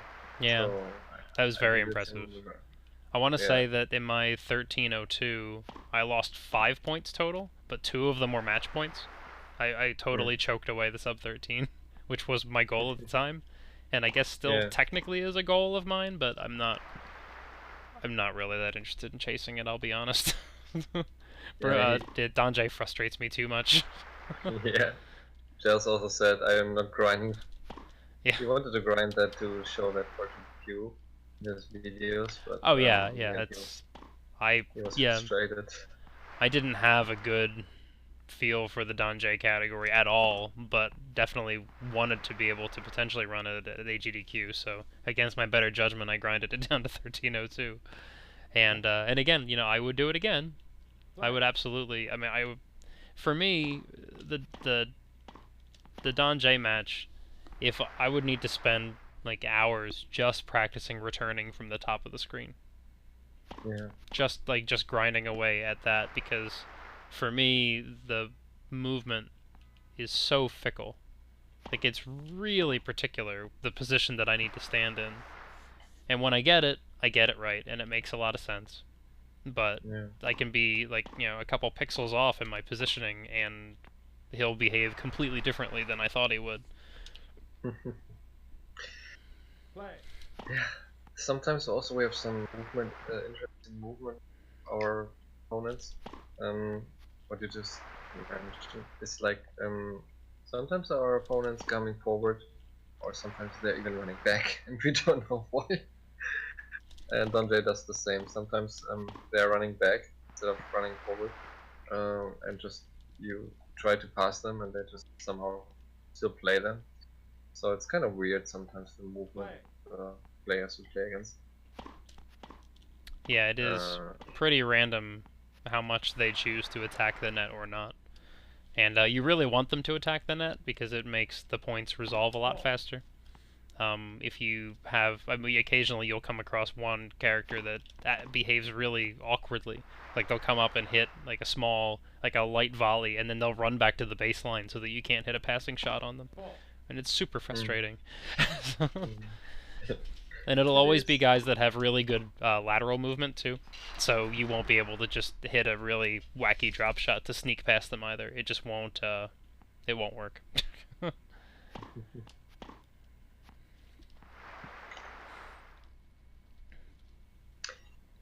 Yeah, another thing was here in the game included is, for example, when the ball is next to the net, the ball kids are grabbing them. So yeah, there's also potential just because a ball is next to the T line and is lying there.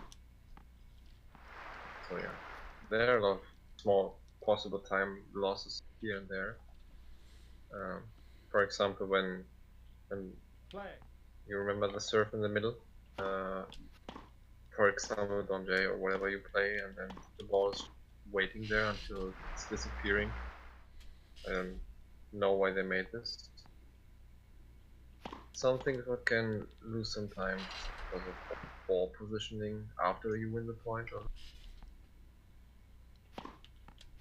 Yeah, like seems to be like it feels like you can try to figure stuff out parameter-wise for what makes them behave a certain way, but it doesn't always feel consistent. Play.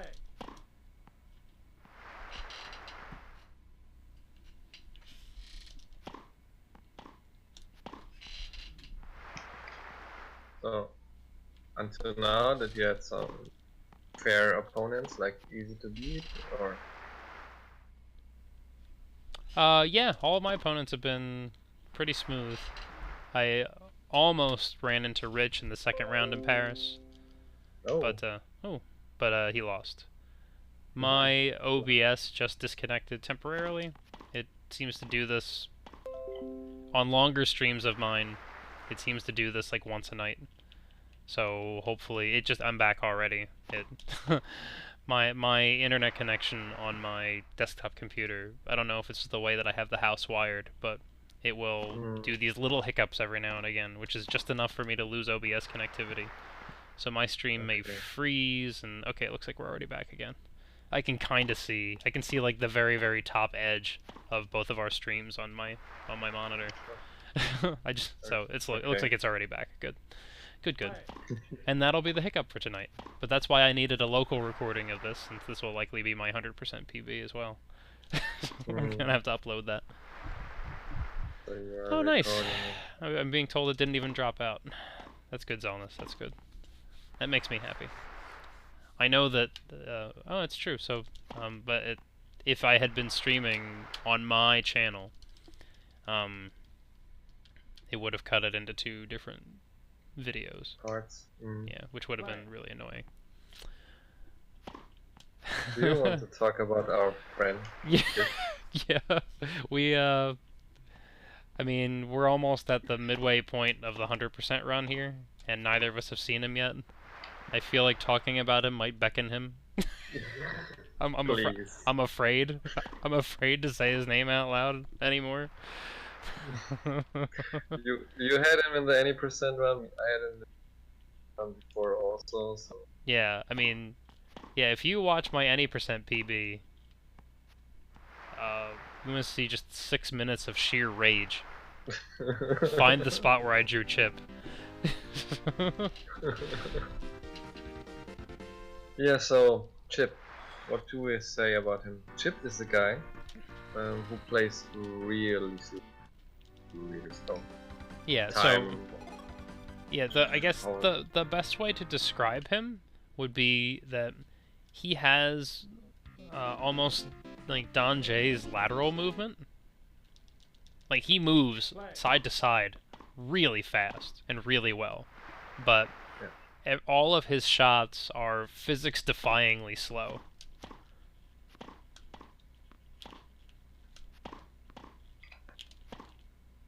And he's grabbing a lot of balls. Yeah, like he will chase that. Like, I have to use Don J strats to win points on him sometimes.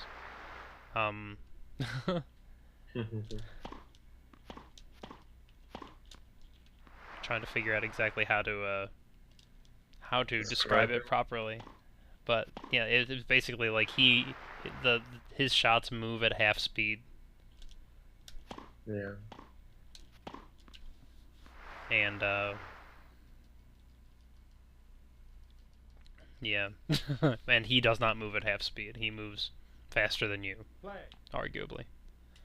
The other problem about this guy is that you cannot win points very easy, even with our strats. What we have, we somehow grab every ball, play them in slow motion, and are reading mean. After we played Chip, we have so much problems. We come at the speed the normal players have.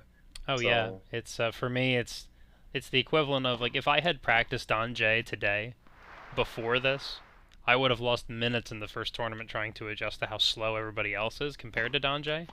Yeah. It's that level of adjustment, that he plays so much slower than everybody else that your reaction to the ball movement is just so different. Like, you just have to, it's like relearning. It's like playing a different game for a couple minutes. Correct. Hey, Mr. Pizak, what's going on, man? Thank you for the good luck. Thanks. So yeah, I mean, like, basic strategies, really what you're doing is you're abusing the way the game responds to certain inputs. So there are different bits that you can do to adjust, like, the speed of the ball and how much spin you put on the ball. And the AI in the game seems poorly written to react to things that have a lot of spin, whether it be top spin or the flat service techniques or whatnot. So If you guys who are watching right now really meme run, just play without using the button, and then try to beat the game. Could be really long till you are finishing every tournament by winning. Yeah, I mean, for this case, I mean, this, partially this is the speedrunner in both of us wanting to optimize movement and whatnot, but a lot of this is also buried in decades of muscle memory as well. Yeah. Like, we've both been playing this game for a long time. Right.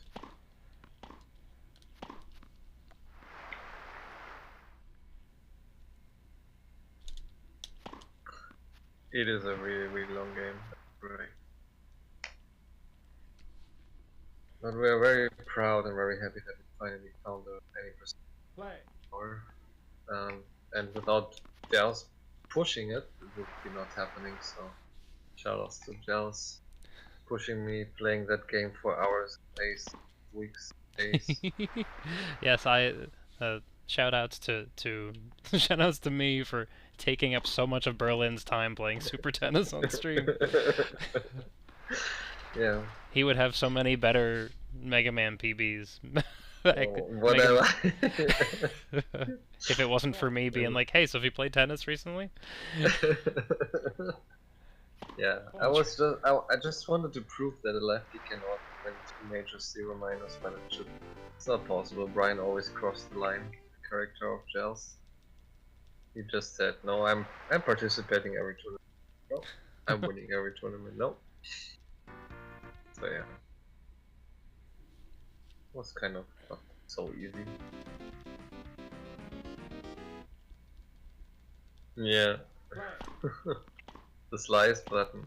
Yeah, I mean, I can't imagine winning winning a point or a game using only the slice button. I think you just have to force them into unforced errors somehow. I'm not even sure how. I remember I tried to win once points, only playing lobs until you're smashing into the net or whatever. So yeah, there are a lot of things what you can try out. Rats. Hey, if you want to have that emote, you have to subscribe you or? Yeah. I'm not trying to shill for a subscription. I just really like the rats emote, and this is one of the last chances to use it appropriately for the game that it came from. But yes, the yells rats is my default subscription emote. So it's a good chat emote because people screw up in video games all the time. It's a part of our lives. Yeah. And when you're a frustrated character here in this game, or your opponent, then he's throwing his racket and you see a rats, and it could be only a one rats, or like he's continuing until the next screen is loading up. Yeah, it's always good to get the double rats. Those are rare. Really frustrated opponent, like gets the disqualification. Not really, but yeah. You should get a warning at least. Yeah, that's where they needed the Mario sound effect as the judge to or as the referee. Warning. Yeah.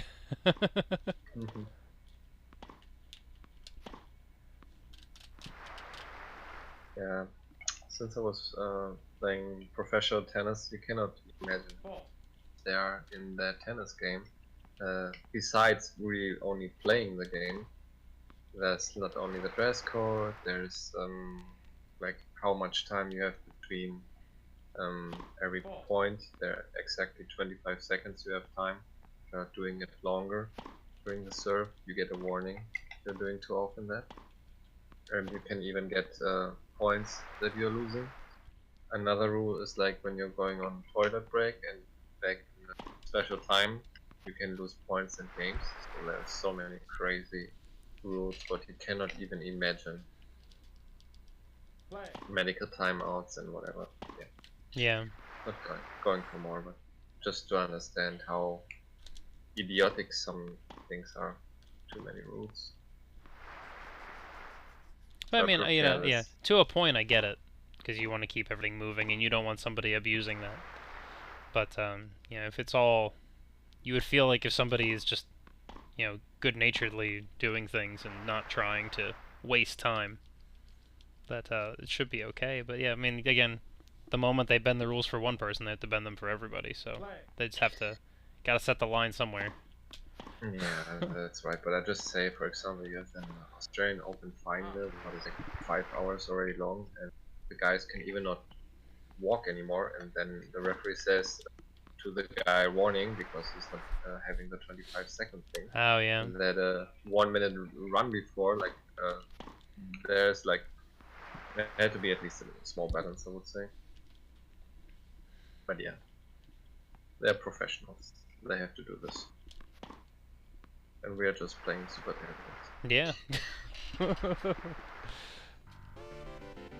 with our grabbing opponents, try to get every ball sliding around.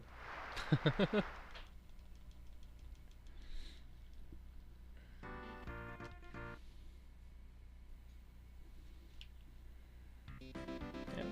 So I'm up to the semis here in Beijing. Yeah, I think Just I'm in the round before. Just starting. So, and still looks like it's gonna be no bad players here. I think I got I've got Ruben here, and I think I've got Hero in the final.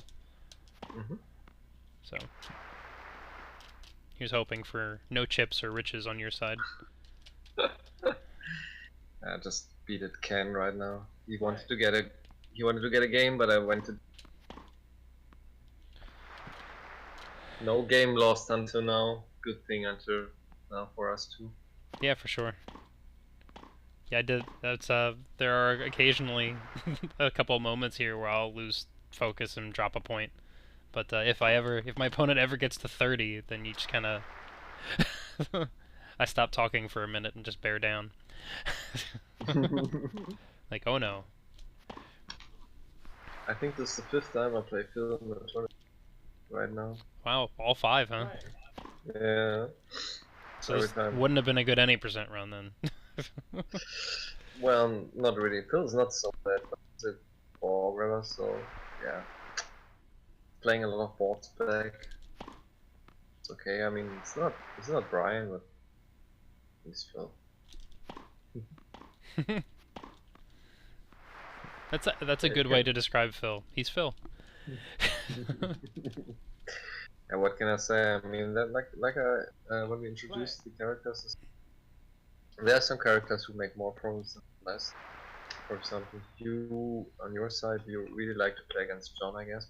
Really easy to beat. Which is funny because I said that and then he gave me trouble in the first round of this tournament. Okay. He was a bit more erratic than Phil or Matt have been, and I've faced Phil and Matt. Like Phil and Matt feel almost like the same character to me. Yeah. But between the two of them, I think I've probably had 5 or 6 matches with them so far. But I think that was my first or second John match, and yeah, no, he likes to serve out really wide sometimes, and because he's a lefty. Ooh, there's my first service fault by just missing the ball because I missed my A press. Nice. So yeah, if you swing at the very peak of the ball toss, you will just miss, and it's brilliant. Yeah. You look like a fool. Oh yes. Absolutely a fool. Yeah, it's not a bad thing. I mean, like we already said, the input thing sometimes you cannot really see. It's like all of guessing. Yeah. I remember later tennis games, they even helped you with kind of the hitbox thing sometimes. So you know, now you have to hit the ball, especially in practice or whatever, but since it's a very basic game, and at that time the games didn't have so much space, I think, at least on cartridges. It's yeah. Yeah. Oh, that makes sense, MTI. I believe Phil is probably considered the best righty and John the best lefty in the game. Yeah. So it would make sense that the strategy guide would point at those two folks. Or not the strategy guide so much as Nintendo Power. Oh no, you said strategy guide, you're right. I keep rereading and rereading your sentence, and But yes, that all makes sense. I ended up picking Brian because he's my namesake. I go by Yellsrake on Twitch, but anybody who follows me on Twitter knows what my actual name is, and it is Brian. So, imagine being 10 years old, getting a tennis game where a guy who looks like you has your name, is in a game, and you're like, why would I pick anybody else? I don't even care during the credits that like 3 out of the 4 categories where they mention strength, he's just fair. They don't give numerical values for anything either. It's like poor, fair, good, great, best, I think it is. Something like that. Yeah, yeah, correct. Or there might be an awesome tier in there too, I'm not really sure. But there's an awesome and there's an okay. Oh, there you go. So it's like 6 or 7 tiers. But, you know, 3 out of the 4 for Brian is fair. He gets no love, but I will always play him. Nice. So let's play the final of Beijing. Play. See who we have. Yeah, I'm playing Matt in the final right now. I'm playing Brian. Oh, I'm sorry. Oh man, this is definitely a run for your side. Yeah, so far, yeah, it's either setting me up for a big letdown at the end, or if I can hold on to the lead here or just keep pace with you, you know, make it to Don J and still have it be a race. That would be pretty awesome. There's 32 circuit matches, and then Don J would be the 33rd match. Because you have to play four matches per tournament for 8 tournaments. Yeah. To put it another way, it would be, what, 51 sets of tennis total? So you go 5-7, 5-7, 5-7, 5-7, 1. Or no, 3, sorry. 1. 1? I beat Don J in 1 set. Strats. You 1 set strats. Just crash a game. Yeah, I won the best of 5, 1-0. Yeah. Don't ask me. You gave up? Yeah, I just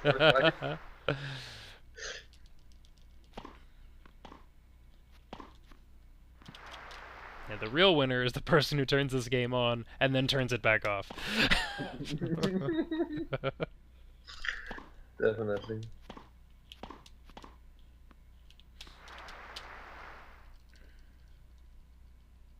Didn't you say that? Was it you? I remember somebody told me that the manual or even the box said like you hear real sounds of the balls or something, so they make a commercial like real tennis sound or whatever, real tennis feeling. Oh, you know, I did not say that, although I did hear, or somebody in my chat recently said that they really liked the sound effects in the game. They sound like that's like a very satisfying sound effect. Like you hit the ball, it feels real good. Play.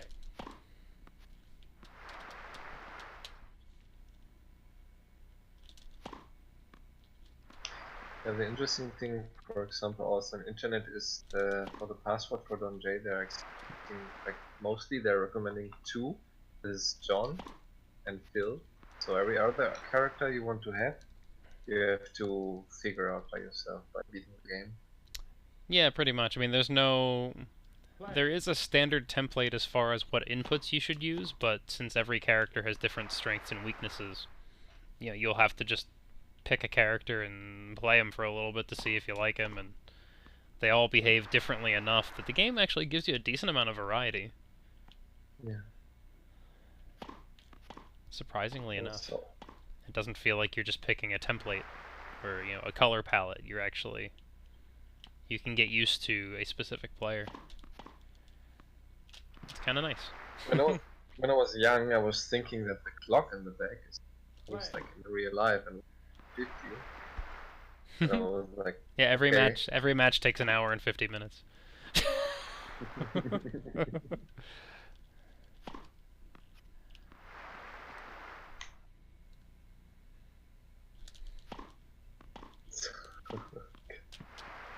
But they don't feel like an hour and 50 minutes. It's subtle.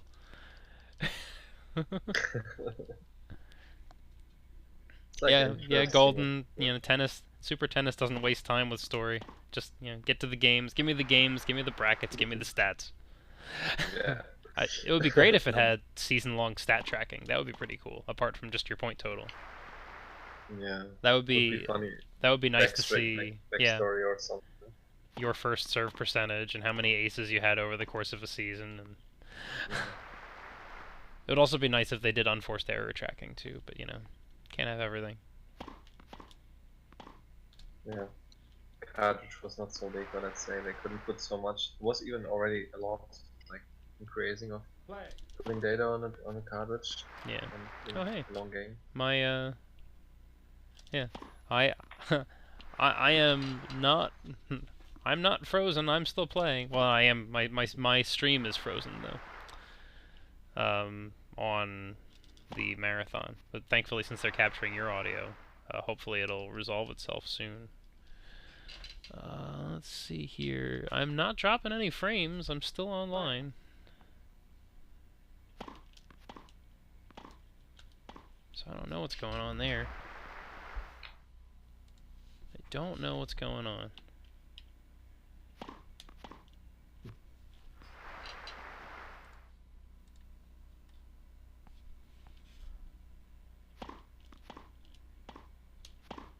Trust me, everybody, I'm crushing it over here.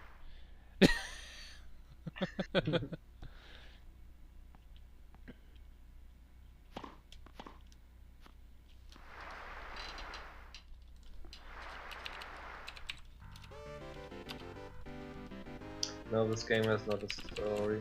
The story is to beat it. The great steering wheel. Okay, Zelness is on it, so good. Happens sometimes. Yep. Not before. It does indeed.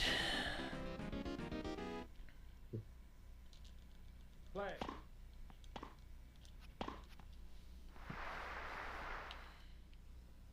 Can you imagine that every time when you're beating the game with a character, you get like a cutscene like in Street Fighter 2 or whatever? Oh jeez, yeah. Imagine. Yeah, I think this game does a good job of no frills.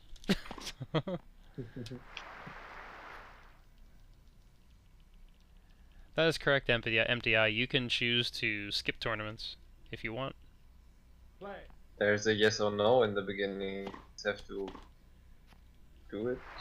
Yeah, well, that plays into the any percent category that Berlin and I have worn down pretty fine at this point.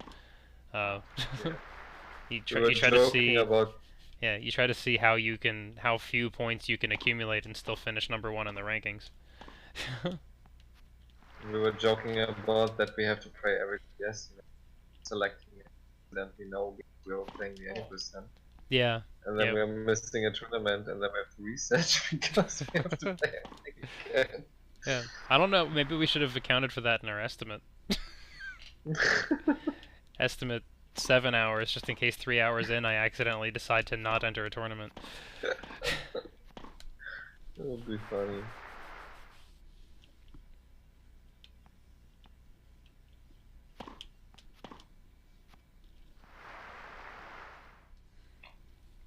Two hours hype. Yep. Past the 2 hours.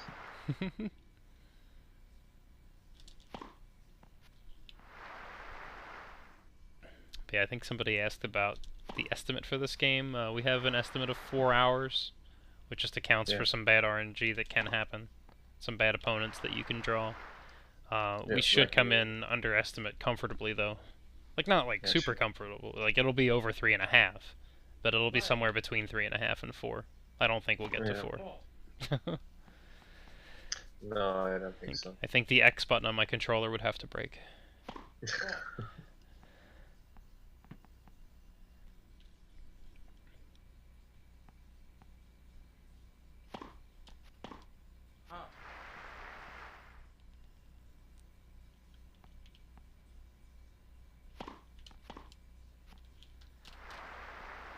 Sometimes Brian's backhand is too good. I get ahead of, I swing a little early. You know, you're holding that direction on the D-pad, and I just wing it right into the doubles alley. Like, shit. Didn't want to do that. Yeah, the problem of Jom is he has so much strength. Sometimes when you just want to play cross-court, you're just hitting it to the viewers or whatever. It's like really outside. Yeah. Whoops. My bad.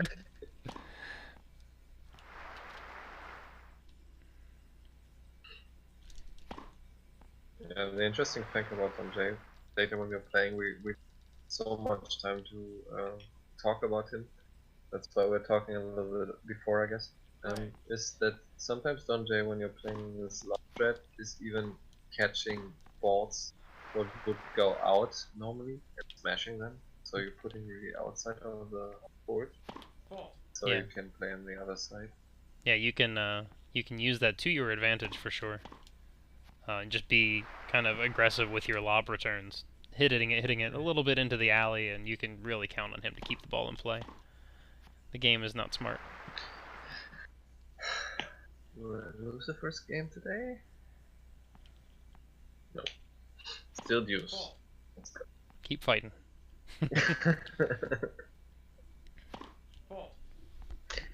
Yeah, we have also a big time difference. In America, you are like I think midnight right now, around. It's 10:40 for me. 10:40 p.m. Yeah, And what time is it for you? Of the morning. Yeah. 4:40. Yeah. So, 101% for those asking means that we are playing what has been defined as the 100% category, which is playing all 8 tournaments in the circuit and winning all of them. And we are also playing the hidden match at the end, which is the Don J match. So on speedrun.com, if you were to look at records, you would see the category for 100% and the category Don J %. This is effectively those two combined. Oh, did we get some sweet echo going on there? Some brief echo. Play.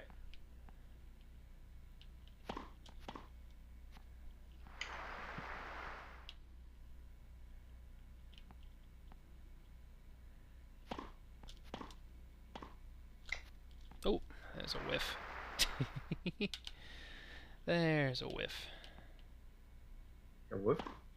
Yeah, it was chasing down a ball to smash it and just did not get under it enough.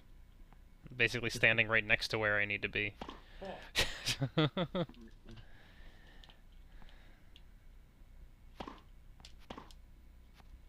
That's okay though.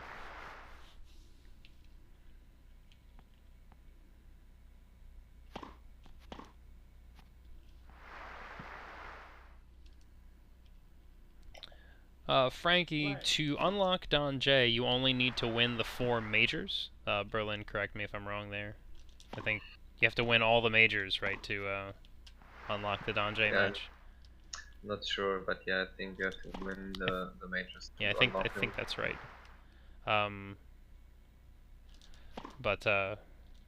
But in this case, because we're doing the 100% category, along with the Don J % match, we're gonna do everything, which also happens to unlock Don J. And for your question also, Frankie, yeah, Don J as a casual player is really hard. Even if you are really good in the game or you learn it for yourself, like a casual player, you are really struggling against Don J because he's catching everything. He's fast. He plays super fast shots, and really challenging even to beat him and to win points. Frustrating, I would also say. So it's a real secret end boss, a real end boss for a casual player. Showing up on a small island, what is not on the world card before. Yeah. Well, the fun thing that I only recently noticed. The estimate for this category is 4 hours, and we should come in somewhere between 3.5 and 4. So if you just want to play Rich again. Oh, another Rich? Oh, jeez. You are getting no luck. Holy mackerel. No, it's fine. Just go for it. I can't wait I can't wait for those that have been hanging out with us to see the speed difference if you haven't seen Don J. But the speed that we're playing at right now compared to what you need to do to beat Don J, the movement is just so dramatically different. I mean, it really is like playing a different game. That's awesome. Strong recommend to buy this cart. I think I got it at my local shop for $5. This lucky cart that I'm playing on right now. That gives me good any percent RNG rolls. I think it was $5. Yeah. I want to say the price tag's still on it, so. Yeah, he bought a card was somehow manipulated from the gameplay. Somebody just No, it's just luck. Luck manipulation. Just pressing the right buttons at the right time. Yep. Secret second controller inputs nobody sees. Just putting him on the feet or something. Pressing. No, but it's funny. Like we talked about RNG, and like I get really crazy, interesting RNG run with 2 times which, or it's a time loss for sure. Even when you win every point, and every time fill with a big bag ball grabber. So small things what can change, like losing 30 seconds easily, or a minute, or even more with chip. But yeah. We will see. Yes, we will. Time will continue to tell. Play.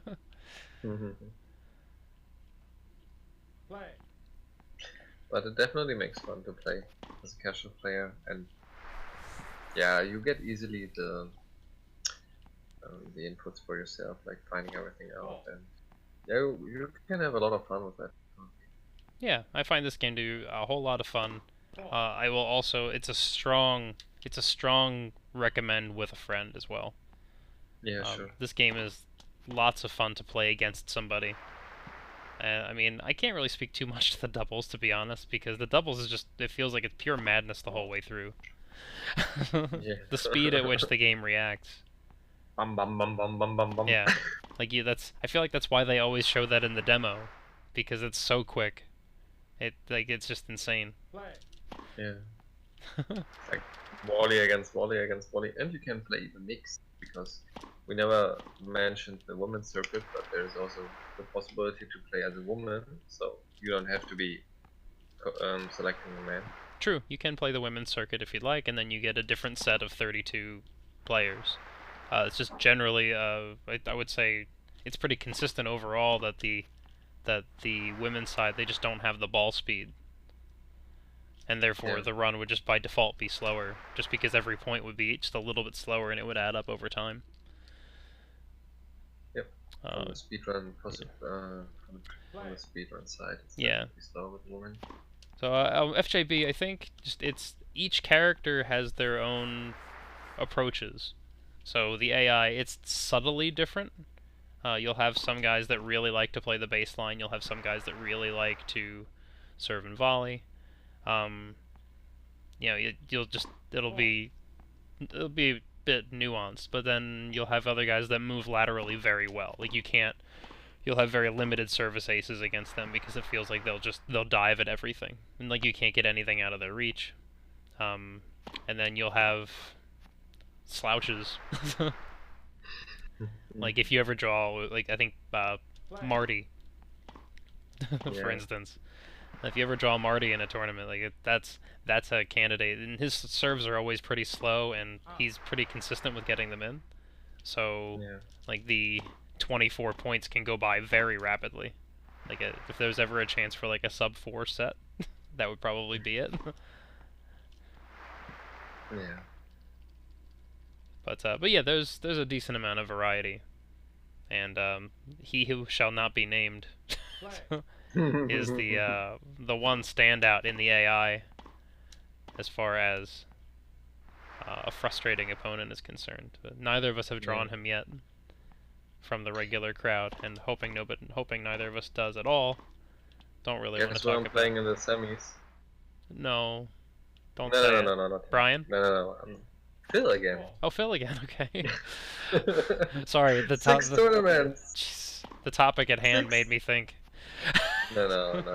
But like, no. That would be, I would definitely, I don't know, I would even say, okay, now you will see hilarious parts. Yeah. Yeah.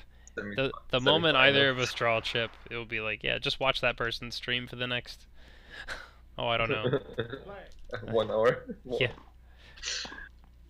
I mean, if you even have to play chip in the final major with sets, yeah, that costs you easily 10 minutes. Yeah, for sure. That would just be pure insanity. Like I said, I'd have to mute my mic. I would just be swearing the whole time. Yeah, 6 tournaments, 6 time fill. That's insane. Just interesting. I can't believe he's entered every single tournament too. I bet he doesn't fatigue either because he's a computer. That jerk. Just funny. Filthy cheater. Sometimes he played with me in the first round. Now he's playing semis. Yeah, Tora Beto, the person that we very, very much do not want to draw is Chip. We didn't even want to mention him. Yeah. If This we can help it. long guy with white shirt and blue trousers, looking like a beauty.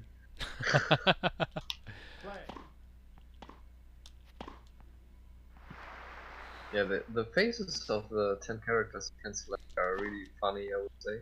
Some of them at least. Like... No, Rich looks frightening. Yeah, I'm scared of Rich. He's like on mushrooms or something. I don't know. Yeah, he looks very determined.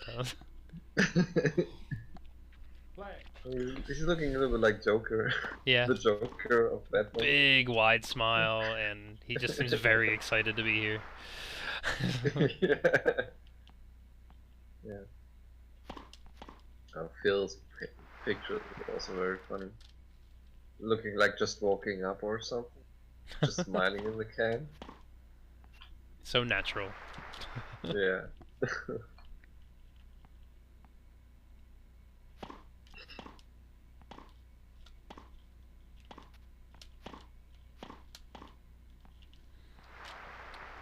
I'm always surprised by myself if I actually win a point when I charge the net, and like my smash doesn't put the point away, or my volley doesn't put the point away, and I still manage to win the point. I feel tremendously energized because I've never really learned how to play up at the net.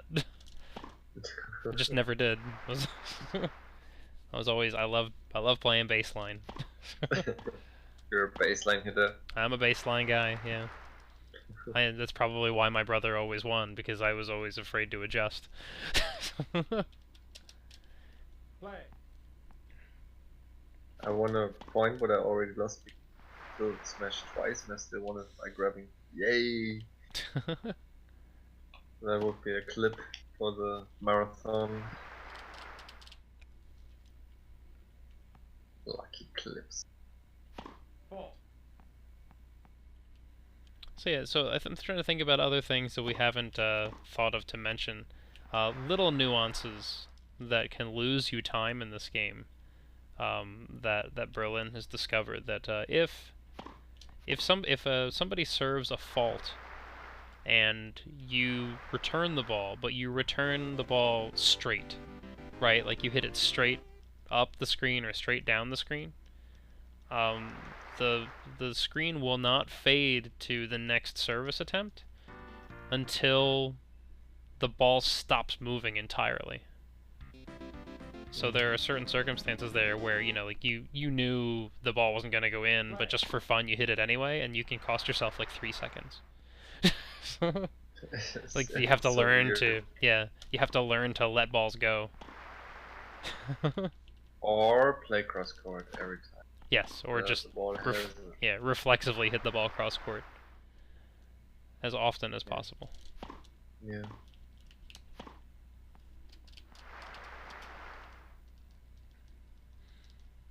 I'm just right now imagining myself I would play the game by really playing really playing it, you know, like trying to win the points. Mm-hmm. How tensioned it would be if you're like not knowing if you win the point or the games. Oh yeah, like it's if you knew not to abuse the whole D-pad abuse on using topspin returns and just try to win points by positioning your opponent and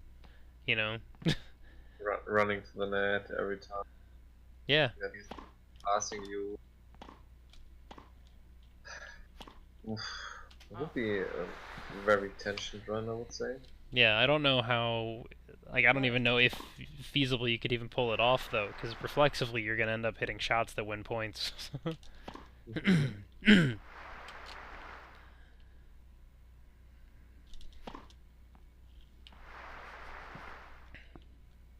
So yeah, basically, when we run the other any percent, we didn't have that service what we are right now doing, that we are always getting aces winners. You know what? That's right. That's why we went back to any percent. That was why I was like, oh, it's a surefire PB, because yeah, that's right.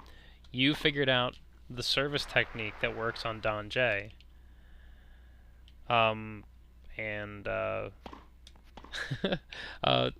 Till, it's the former. We're the only two that play it. Yeah. We are the community. Yeah. Well, there's Javi, but he just played it once and created the account. Yeah, like he obviously has some affection for the game, but not enough to come back to it. So. Yeah.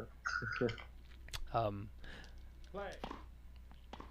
Yeah, we found out the service that there's a way to win easily points instead of that the opponents are grabbing the balls, so they're just getting past, so they run forward and just don't hit it. So it's an ace. An ace is always the quickest thing instead of when they play the ball back and then you smash it away or volley it away. So that gave us to every game time save. I would say every time when you're playing a game you have like 5 seconds what you're saving, and according to the matches you have like minutes what you're saving just because of that. Right? Yeah, that's fair. Something like that. Cannot calculate perfectly, but something like that. Yeah. Do the math. I'm playing Ray in the final. That is interesting. Yeah, that's an interesting draw. Yeah. Yeah, Attack the Moon, our estimate for this was 4 hours, and we'll come in somewhere between 3.5 and 4.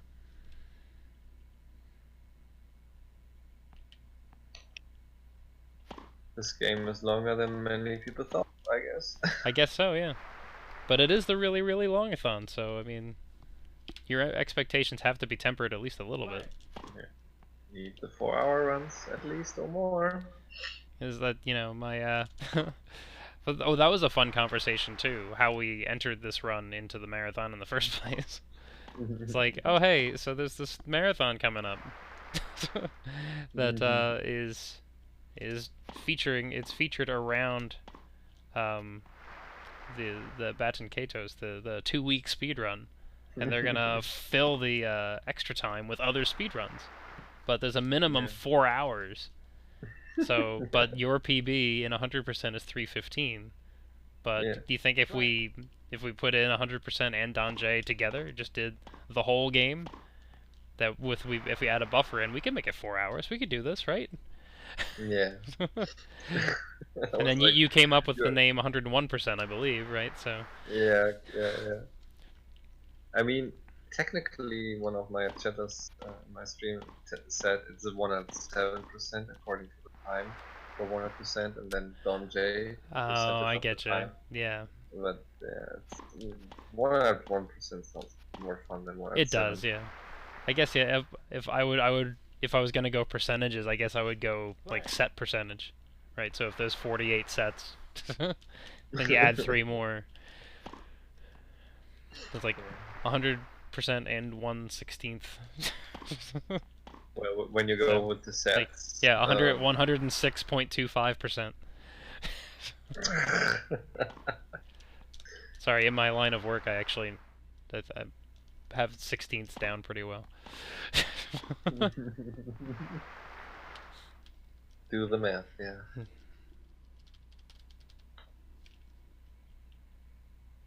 So yeah, I mean, we're not losing any games, but the category is not like we didn't make a rule, for example, to say okay, if you're losing a game, you have to reset. That would be horrible. Oh yeah, that'd be awful.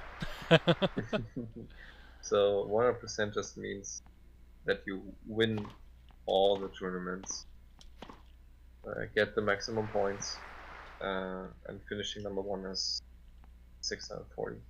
The maximum points were not that beatable, but Yeah, everybody could beat that 100%. Just has to win every match, not losing before. I mean, obviously for speed, you would you don't want to lose any games, but it can happen. You can get a bad draw. You can lose focus for 30 seconds. That's the thing. That's the thing. Buried under all of this manipulation that we're doing to easily win service points and you know, to try to impose our will on our service returns, there's actually a pretty deep game here where it can be kind of hard to win points otherwise. like Berlin has alluded to over the course of this run, coming in to the game brand new, until you get comfortable with a character, you're gonna find it challenging to win matches consistently. Yeah.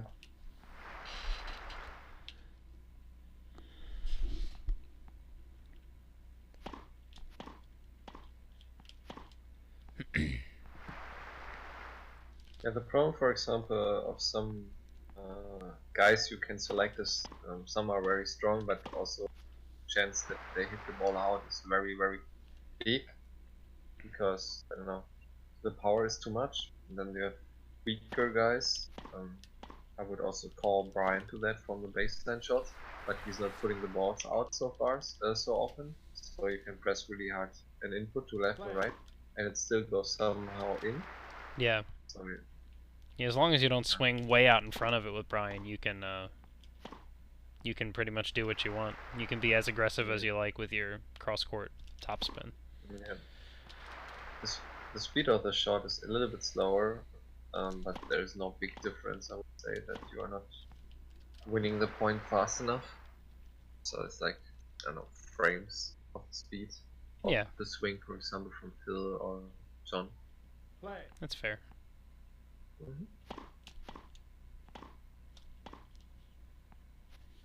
I was also trying to find out if there's a manipulation, first service mistakes, but I gave up that. But don't think that there's something what you can, that they always put the ball in. I tried to run out of the screen. It's like that. just to see what happens, you know. Yeah, they play the ball in, but it's completely random. It looks like.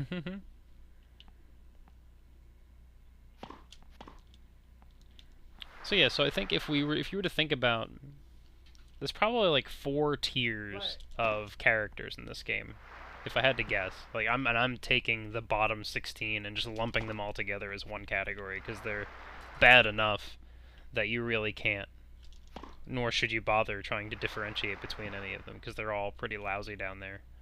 But you know, when it comes to like any percent routing, it really came down to making sure that the point totals of specific players were in check. And I mean, those specific players were, for me, like, I'm playing as Brian, who I would consider to probably be the bottom of the top tier. You know, like, as far as, like, opponents that you face, Brian gives you a lot of trouble just because of his movement. So, yeah. Like, I mean, I consider him, like, the bottom of the top tier just because it doesn't feel like he's particularly strong, but because he's fast, and he's strong enough. Rolling. Yeah. Yeah, he's running always to the net. Yeah.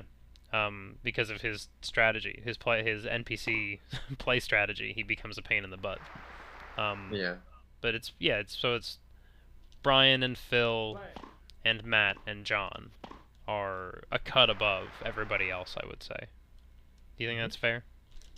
Yeah, these 4 are definitely strongest characters, what are normally also winning a lot of tournaments, coming a lot forward. Then we have some medium players that you can select, for example, with Raw, but also can be the top tiers, but yeah, it's not happening a lot. But in the any percent route, you just hope that sometimes a very bad player is winning against a good one, so you get a balance in the points. But Yeah. in the end, you have a lot of 180, 90 players in the ranking when you're finishing. Yeah, it gets really like for both of the runs that we finished, for only entering 2 majors and nothing else. The point spread as you went down the standings was really remarkable to see how even everything was. Yeah, mine was even funnier than yours because I had like a tied first place, 2 others, Yeah. and then 2 others behind me with 190, and That's like no differentiation at all. That's crazy. yeah, it's what like the first 10 had, I think, between 200 and 150 points. I mean, that's pretty much what we had joked about as being the only probability for the run. Yeah. Was that you would see something like that. But then you proved that you could be #1 solo, so you are the true world record holder. Because you have Yeah, I'll ask Javi to change the rules. you have to be any percent. You have to be true #1. There is no tie allowed. Yeah, you have to be #1, and the other one has to be 2. What? I don't even know this guy. Yeah. Do I talk like him or what? What is Kuroki doing that he's reminding you to me? The voice? Oh. Do I have to check him and say, "You're my lost brother" or something? My lost twin brother. I wonder if he's also German. But I'm not watching Dota, so say hello from me. Just say Berlin dude says hello. He'll know what you mean. Oh, that's the Super Tennis guy, yeah. Everybody knows. Correct. So yeah, it looks like you have a big lead already. Yeah, I'm in Tokyo now. I just started. Yeah, and I still have to play 3 games in London, so Yeah, I'm just you know, consistent. withholding excitement, just concentrating as best I can, while still trying to think about interesting things to talk about. I think we've been doing a pretty good job so far of. Yeah, I think we've covered pretty much all of the history of Super Tennis as a speedrun. Yeah. And you know, we're effectively creating a new category right in front of your very eyes. But I'm also record holder incoming. Yes, and I am also on PB pace for 100% as well. I must be, because yeah, you are for sure. Like, there's no way I could not be. I haven't gotten any bad draws yet. Fingers crossed. I mean, 328 is like really definitely the time you could beat and you will beat. Yeah, Since like you said you. Yeah, I felt logically that if my execution could stay steady and I didn't get any bad draws, that I should be able to probably swing sub 320. I don't know if I'm on that pace right now, but it felt like a thing that I could probably do. Yeah, for sure. I would even say that you're definitely in a good pace. At least 3 hours and 1x, or even better. You'll see. That'd be pretty sweet. Depends how many points you lost. I'm not wearing my heart rate monitor, so I don't know how excited I am right now. So I just won London right now. Test 0. What explanation would you like to hear? Cause we'll gladly repeat ourselves. I don't know. I don't think if people that have been watching this can't possibly mind repetitive nature. Because all we're doing the same exact thing over and over again this entire time. So I'm happy to answer any questions you have. Do you ever play Jose? What was that? Do you ever play Jose? Jose? I have not. I don't think I have played Jose at all. He's a crazy ball grabber, and I play him second round. No, you know, just keeping it fun over there. Yeah. Next opponent shift? No. Don't say that.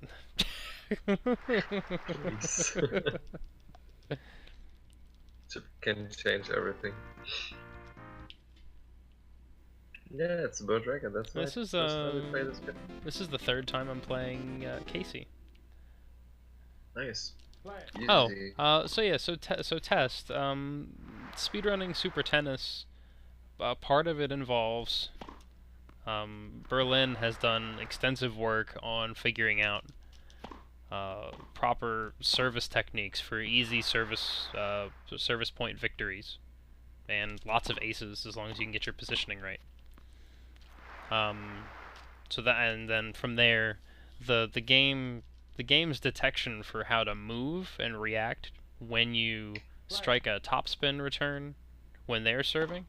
If you strike a topspin return and use the D-pad at the same time, it puts a little bit of extra movement on the ball, and the game just doesn't respond well to that. It just doesn't know how to handle it. So you win a lot of service points just by smacking a topspin cross court. Yeah, I mean, it's really so speedrunning just involves trying to win all of these tournament matches as fast as possible. So 101%, the other part of your question, is because if you have bothered to take a look at the speedrun.com page, you will have noticed that there is no 101%. That's because we effectively created this new category for the marathon tonight, so that we had a run that was long enough to meet the requirements for really, really long-a-thon. Because there are two separate categories on speedrun.com for 100% and for Donjay%. Donjay being the hidden last character, last boss in the game that you can unlock after winning all 4 majors, which we're going to do while we win all 8 tournaments, the 4 minors and 4 majors, to satisfy the 100% requirements. Oh boy, this point's taking a while. So we, Berlin, neatly dubbed the category where you play 100% rules and then play Donjay at the end as 101%. I think it's very clever and I like it a lot, so that's what we're calling it. And as far as, RNG and whatnot, like RNG plays heavily into this because you never know who you're going to draw in the tournament. Everybody behaves a little bit differently. Some folks are easier to beat than others, some folks are harder. Some folks are really, really annoying. We're going to try not to name them anymore since we've said their names enough times already. Berlin has faced more problematic opponents than I have tonight, for sure. I would say I would argue that I haven't faced any problematic opponents yet, and he's probably had at least 4 matches against folks that are costing him time purely by existing. Yeah. And now I'm playing another one. You will see right now.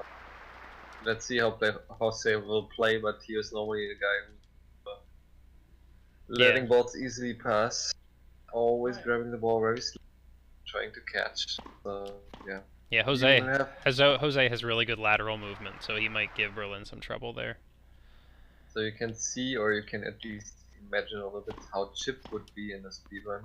Somebody who's grabbing a ball and then plays it very slowly and tries to stand up at very quickly again. So yeah, let's see.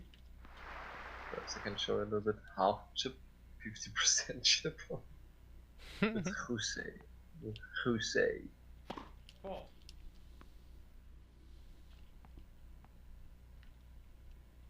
False.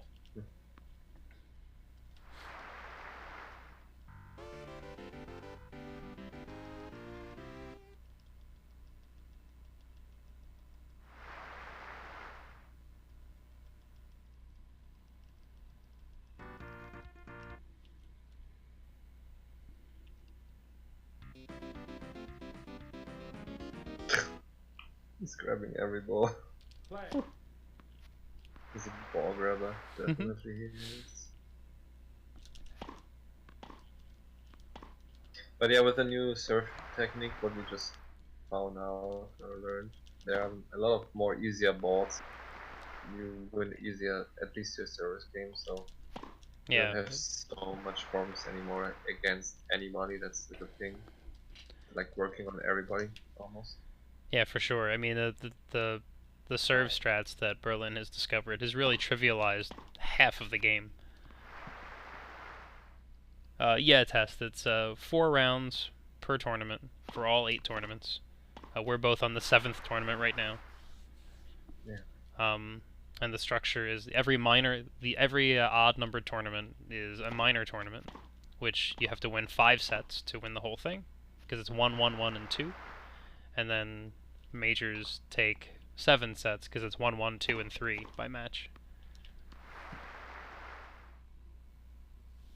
Yeah, but Frankie, the problem would be when we play against each other live, it would mean that I have to fly, I think, around 12 hours to the other side of the world just to play one tennis match on a Super Tennis cartridge, then to fly back. So I guess playing against each other, against the NPCs, is a little bit less time forward and cheaper than playing one game for a long marathon and just showing 12 hours an airplane video to make it a speed run for that marathon. You mean you wouldn't be grinding out attempts on your laptop on the plane? Well, don't know if I get rich. Shit. Guys like that. Yeah. But yeah, First so to 7 sets, no. so it's the first to 6 games to win a set. So yeah, points in the game, points to win games, games to win sets, and yeah, you need ideally you win 4 points to win a game, and then you win 6 games to win a set. You would have to a set would have to go to 7 games only if you're not winning by 2 when you get there. Yeah. And Frankie, by round, in the minor tournaments, it's best of 1, best of 1, best of 1, best of 3. And then in the major tournaments, it's best of 1, best of 1, best of 3, best of 5. So if you win every set that you're supposed to, in minor tournaments you will play a 1, 1, 1, and 2, and then in major tournaments you will play a 1, 1, 2, and 3. Test, if I were to ace every serve, how many would that be? Do you mean for the entire run? That's what I think. I mean, you can easily math. So it's 12 per. It's 12 aces per set for 51 sets.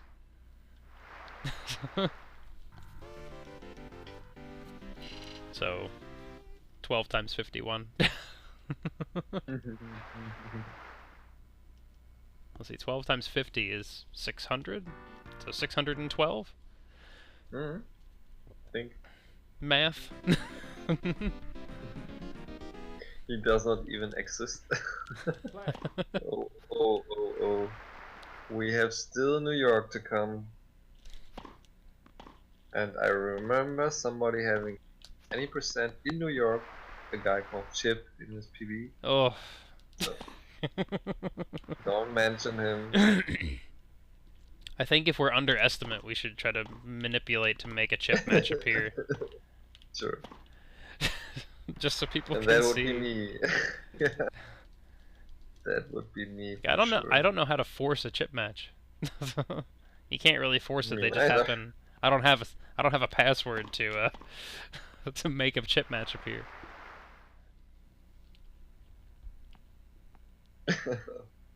So I think we have a lot of people who don't like.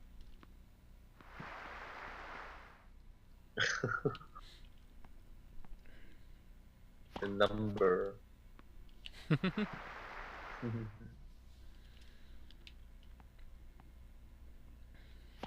So I mean, how many points you have to win in every? Is it like 24 points every match? It's 6. And Well, so one- again, I'll save you the effort here. If you have to, if 612 aces wins all of your points, then you also have to win 612 return points. So 1224. 1224 is the minimum number of points that you have to win to complete the 101% run. That sounds long. Yeah. When you put it like that, it kind of makes me not want to play. Me neither. That's a long. Test, I want to say that I know the etymology of this. I'll have somebody correct me if they know and I'm wrong. But they used to use a clock to keep track of people's scores, like your standard analog face clock, to keep track of people's scores by game. So if you want to put, so you'd start the hand at 0. If you win a point, if the minimum number of points you can win to win a game is 4, then they would move the dial a quarter of the pie, essentially. They'd move it from 0 to 15.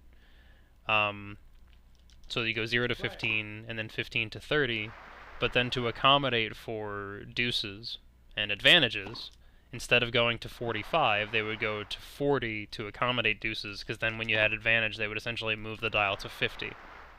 So you go 40, 50, and then back to 0 when you won the game. And then if you go back to deuce, it would go back to 40. There is also the thing they also set on 45 because of the long name. Because 40 is short, 30 is short, and 15. I'm not sure about the history, to be honest, but somebody told me once they used 40 because it's a short sentence and not like so long. Like 45, 15 sounds really long instead of 40, 15. True. That could play into it a little bit as well. I'm also trying to remember why it's called love when you have 0. I remember hearing about it once, but I have already forgotten.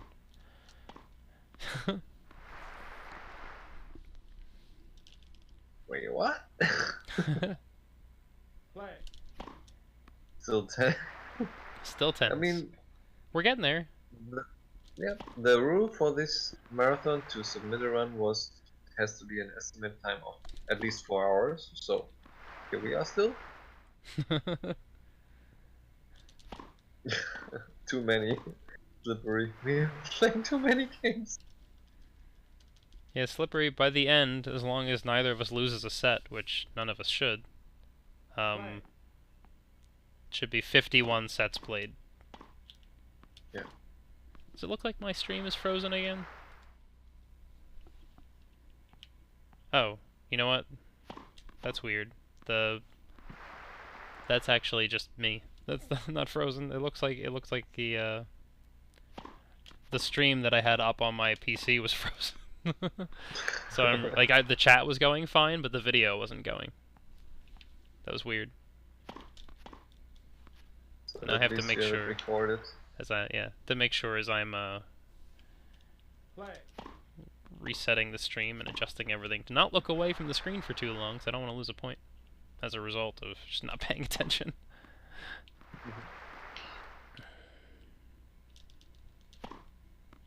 There we go, that's better. There's nothing wrong, it was all me. It was all in my head, or on my screen. Thanks for the information, Fred. Now I know why they call it love. It's because of the French word le, what means the egg, which is the shape of a 0. Very cool. Clever. Thank you. Thank you, Fred. I learned something. Wow. I learned something in the middle of the morning. You didn't think you would. And yet here we are.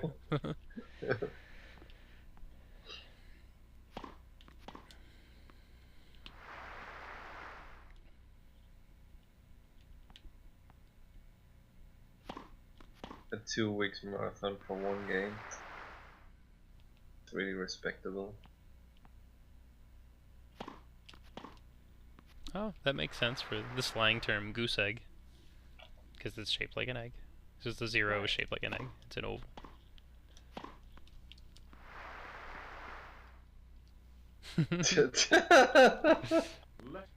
Participants 2. I just had a let. What? You had a let? I had a let. Okay, so the let, you're not hearing what let. Sounds completely different. Yes, I think I've had a fault where I whiffed. I've had one fault where I swung late and served the ball out too wide, and now I've had a let. So there you go, a little bit of everything, just spicing it up for the stream. Giving everything what the game has.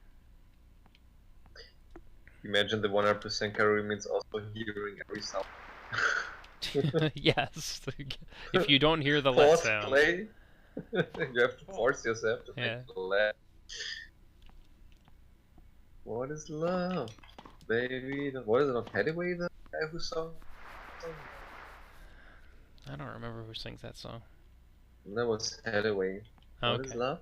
Yeah, whenever I hear the song, I only think about the guys from Night at the Roxbury. I don't even think about the song itself. I just think about the dance. Oh god. The 90s. Funny dance sometimes. Yeah, coming even with that text. Nice. And everybody's continuing with the text how it goes from that way. So we have the whole song. There you go. Nice. What is love? Baby don't hurt me, baby don't hurt me. What do you think the first time? We have it in chat. So you all are true Hathaway fans, I guess. His name was Hathaway with A and not Hathaway. Play.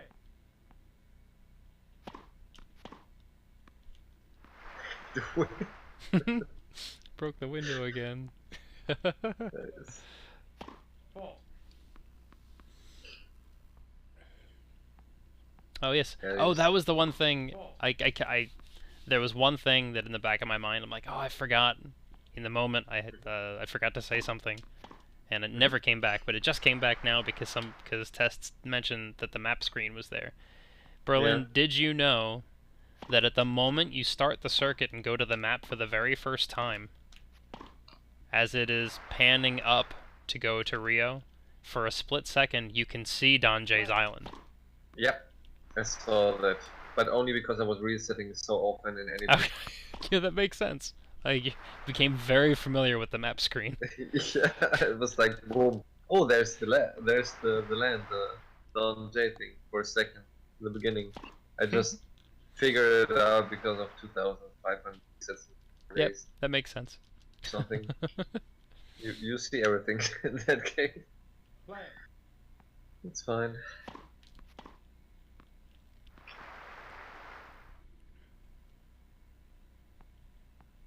So 2 more games until I finish Tokyo. And Okay. we're already in New York. I am in New York, yeah. Playing against Mark. No, it's fine. Another good match so far. I think Rich is in my half. I don't know if he's en route to coming up to see me or not. I'm not sure. We will see. Better reach some others. If it's a 1-set match, it's fine, I won't say. Yeah. Well, I'm not sure. Yeah. I think he's in my half. I don't know if he's in my quarter. So I might get... There might be a chance of a 2-set Rich match. Oh, okay. We'll see. I've had all good luck so far, so you can't always, Oh, you can. Yeah. You have the cartridge. You have the lucky charm. Yeah, it would be difficult for me to complain about the fact that I got one bad draw.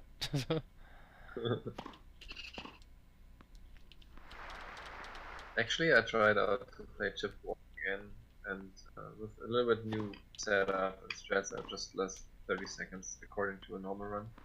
Oh. 1 set. Okay. So that's not so much. Yeah. I would say. It's something, I mean... Yeah, better than 2 minutes. Yes. Every time, every set. So... This is a lot of tennis. I don't know if anybody knows that, but this is a lot of tennis.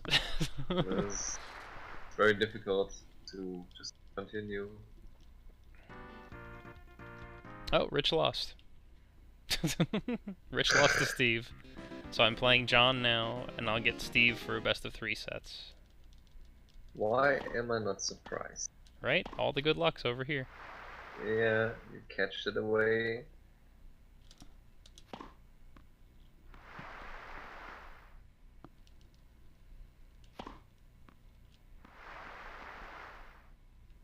And I've not even looked at the bottom half of the draw. I have no idea who's on the other side. For all I know, Chip is coming. I saw He's waiting for you in the final. I saw Rich, and I just focused on watching Rich's progress. I'd never even bothered to look down at the bottom half. I just assume I'm gonna play Phil.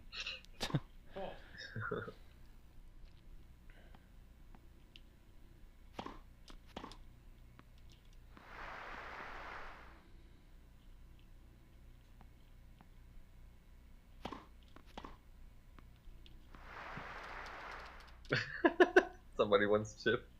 I mean, we've been building him up so much. That's the problem. Yeah. So. Yeah, that's right. Oh, Rich is a small time loss because every time he goes to serve, he bounces the ball 4 times instead of 2. Every time. So you lose like a second or 2 every time he serves the ball. So if he faults, then you lose again because then he'll bounce 4 more times before serving. So ideally, you want him to have 100% first serve percentage so that you minimize that loss. Beyond that, I don't think there's anything else all that particularly special about him. Well, he's still grabbing a lot of balls. So yeah. Ugh. Baseline John. Come on, dude. Don't do that to me.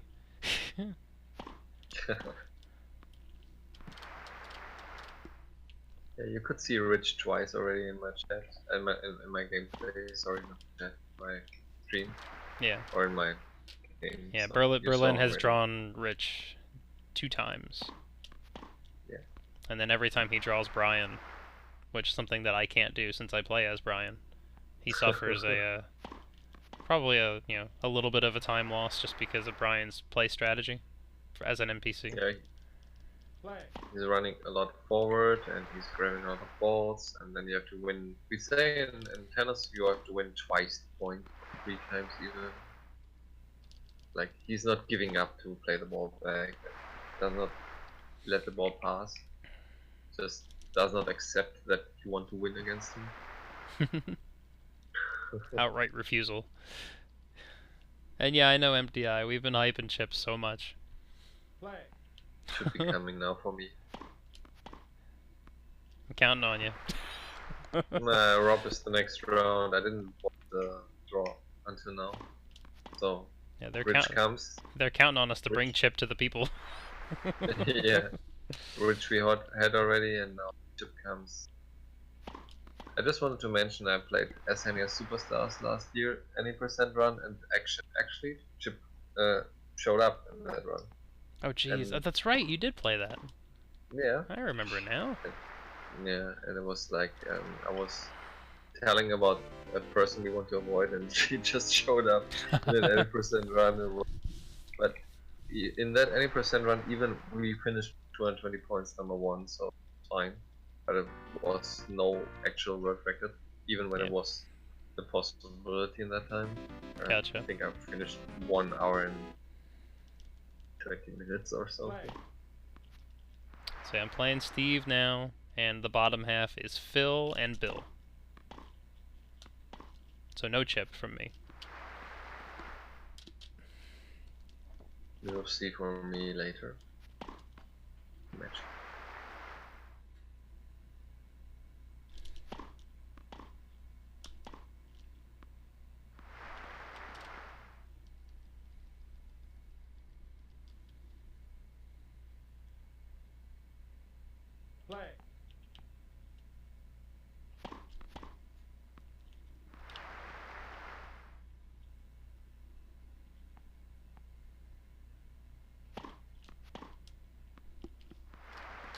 No, he's not there.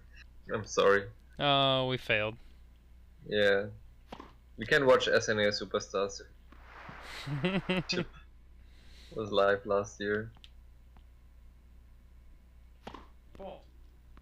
But I beat him somehow. Don't ask me how, but I beat him. Yeah, I don't think my body was ready to draw Chip in this tournament, in this marathon race. Well, at least you saw twice Rich in my game, so yeah. We at least you have gave something at least. Yeah, some example of RNG. having a negative effect. Yeah.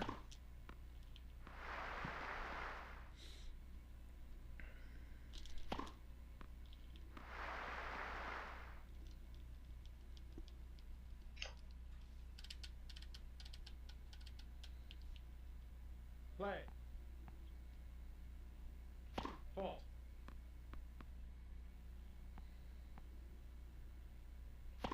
Empty Eye's very upset. Yeah. I'm sorry, Empty Eye. Everybody's Yeah, everybody's upset. everybody Yeah, who was think so about- invested in the run. Yeah, watching us 4 hours, always talking about the guy called Chip, and then he didn't show up.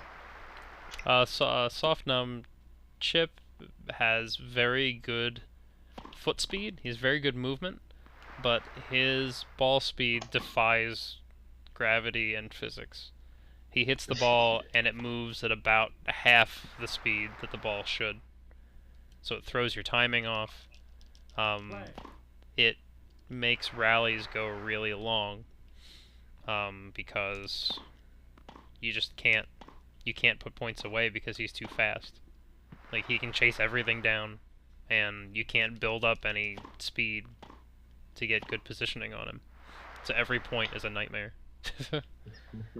Definitely. Seawalker, the world record time for 101% will be whoever wins this race.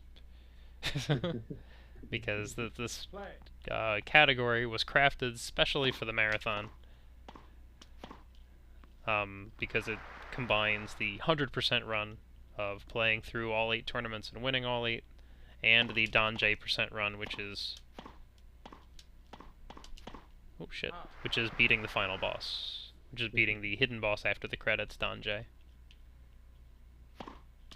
I wonder if Javi edits the category, or if he says no more. You're adding too much already. Well, see, that's the thing, right? So we talked about how between the two of us, we've improved the any percent world record 4 times this week. Not if you check speedrun.com, we haven't. It has not moved. Yeah, it's like I submitted both of my PBs, and neither of them got. Like, I pulled the first one down after I got the second one, but it takes time because Javi's normally not checking speedrun.com. Yeah. But it will be verified, but we don't know when. Yeah. Could be like he has a disclaimer on there that it could take 1 to 3 weeks before he gets around to it, and that's fine. That's okay. Not. He doesn't want to have another moderator. Yep. That could help him. I feel like I know 2 people that would gladly moderate. He's one of them. Just off the top of my head, I can think of 2. Perhaps 3.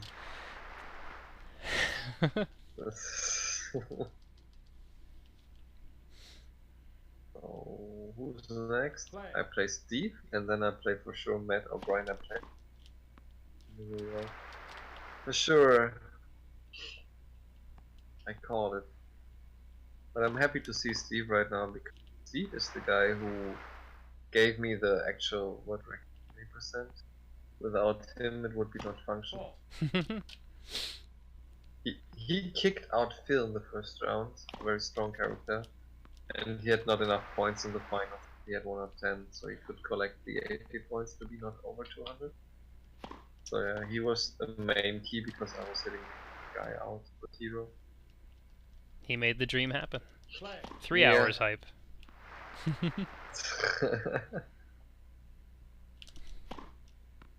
It's been... I've had... I've enjoyed this so far very much. It's been very relaxing. Yeah, me too.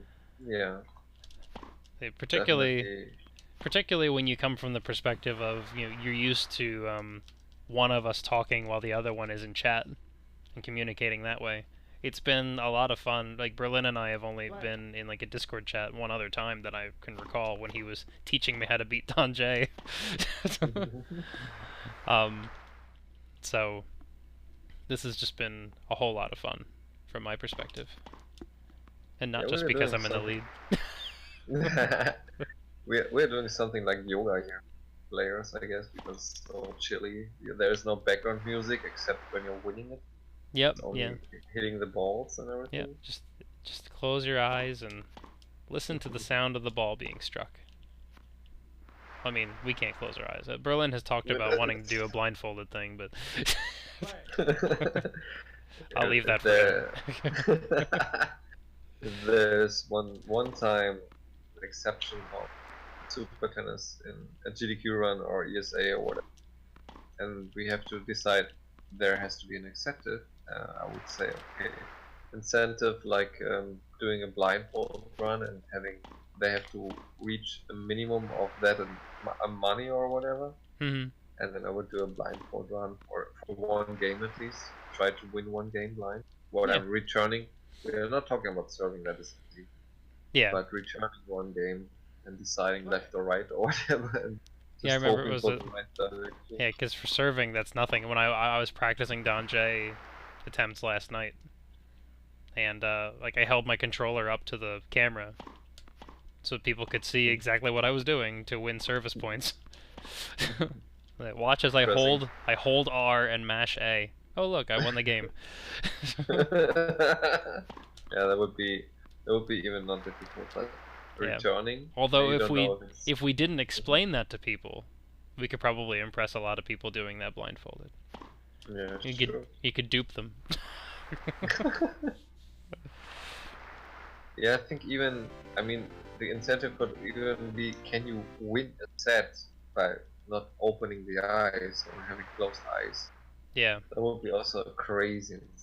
That would be pretty crazy. Oh, there's no surprise there that Phil beat Bill, so I will be playing Phil. Finals. I hope you get Matt and not Brian. You've had Brian enough. Phil in almost every tournament. Brian is. Matt didn't show up a lot, I would say. In my run. The old shit is not here. He took the entire attempt off. Yeah.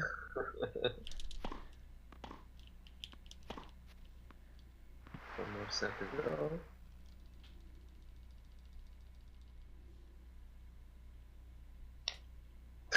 I missed the smash.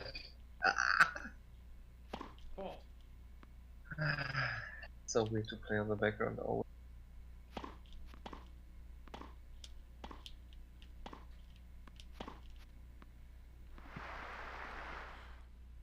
For Bill. Oh shit. That was a waste. I wasted 4 seconds hitting the ball extra.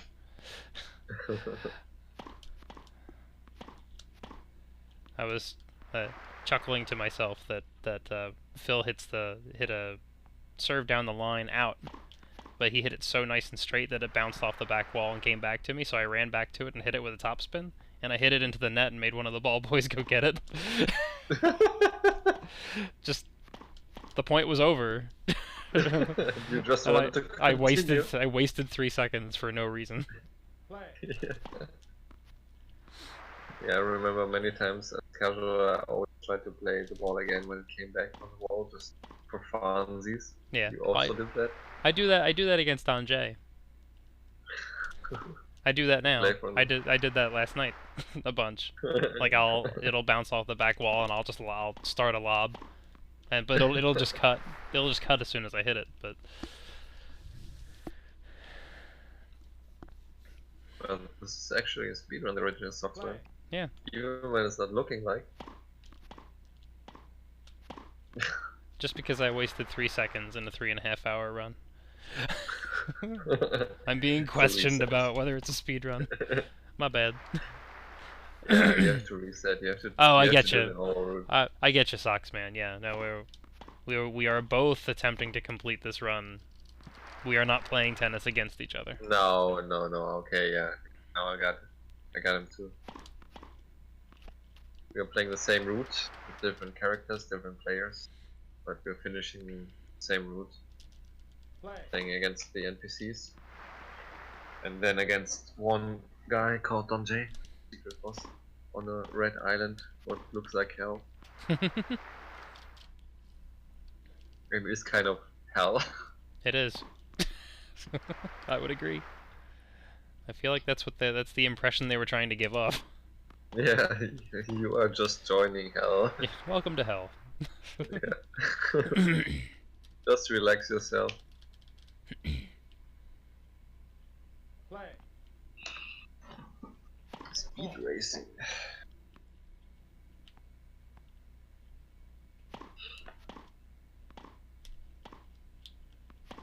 Out.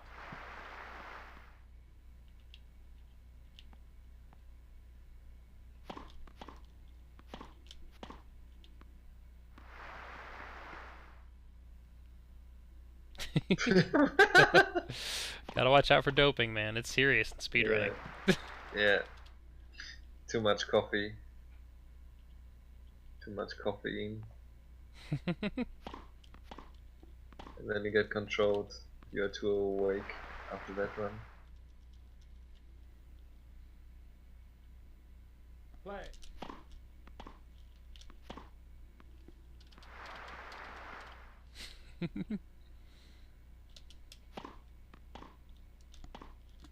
How far are you right now in the game? Which set? I just started the second set against Phil. Oh, you are even on world record pace for work. Oh my god. I keep making mistakes. Yeah. Don't do that.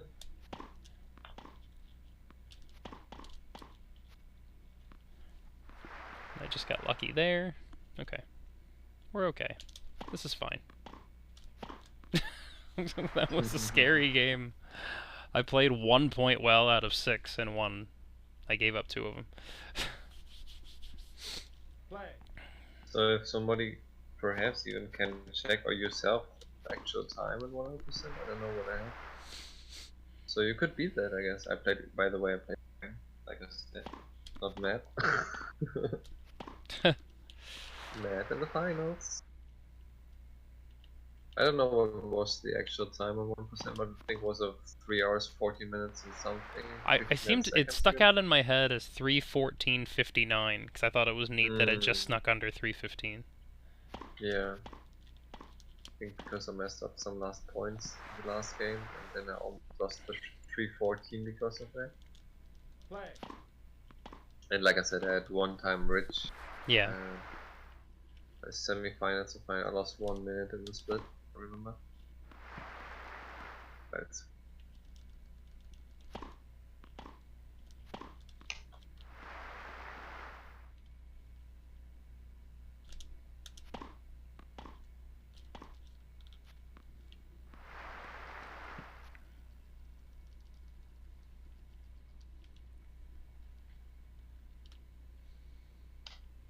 Play. Yeah, I don't think sub 3:15 is in my future here, but this is going to exceed my expectations for a 100% run. well, when you said you start the second set, it was 3-7, and one set is at least 3.5 minutes if you play perfectly. So Yeah. you could be 7 minutes, that would be 3:14 for sure. Mm-hmm. For sure, but it doesn't feel like I'm on that pace now. I had Let us see. I had a couple mistakes in that first service game from the back, and Phil's first serve percentage hasn't been that good down the stretch here, so. Yeah. Play. Yeah. Rafa is a lot of time in my chat. He's also a moderator in my chat, and he watched the last 4 days also, and also the speedruns before Super Tennis. Oh, nice. And Brian was always throwing runs, and that's why he's not really liking Brian. He's not fond of Brian, I get you. I can understand that, Rathwell. I mean, hold no grudge against. And then we got the 80% run with the first Brian run yesterday, after 4 days of 40 hours Super Tennis speedrun as John or Hero. Mm-hmm. So yeah. Yeah. It was fun. Heck with that guy. This is Brian, yeah? Gosh.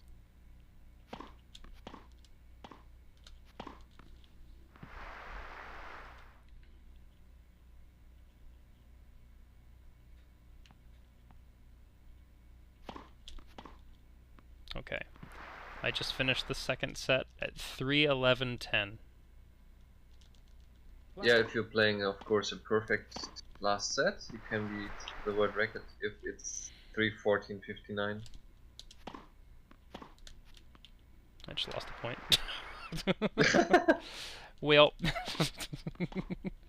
it will be for sure if you're playing it. I got yeah, I got one of those points where I served it out wide against Phil, and he just smashed a topspin volley down the line.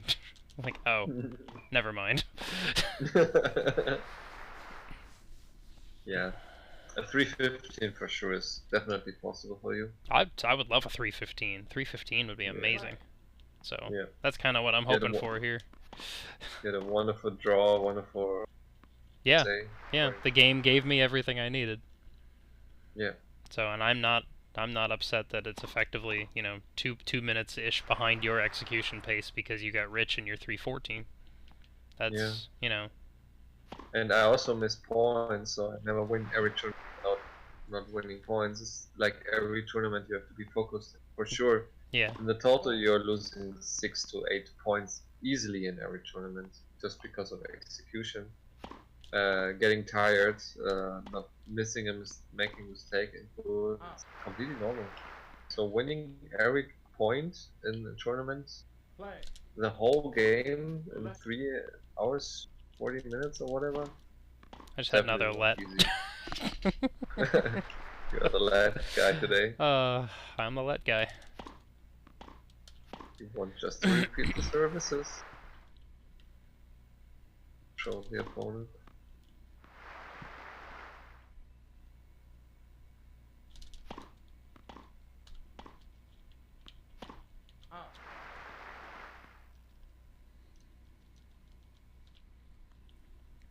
Yeah, we're into the 3:13s here, and I am at 3-love in the third set.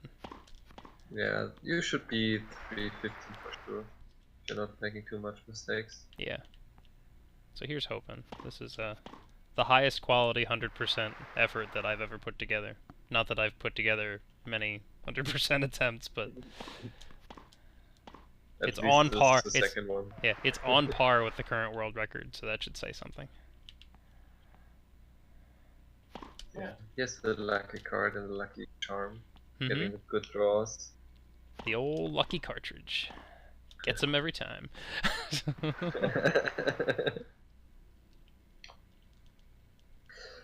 Oh man, Brian is... Is he giving you grief? Yeah, he's grabbing balls and plays first services in the corners. And kick serves out of the range. So, well, at least I didn't lose a game until, so I'm happy. In the middle of the morning. Okay, we are going into, we're switching courts, change court, going into game 18 here, 3:14:37.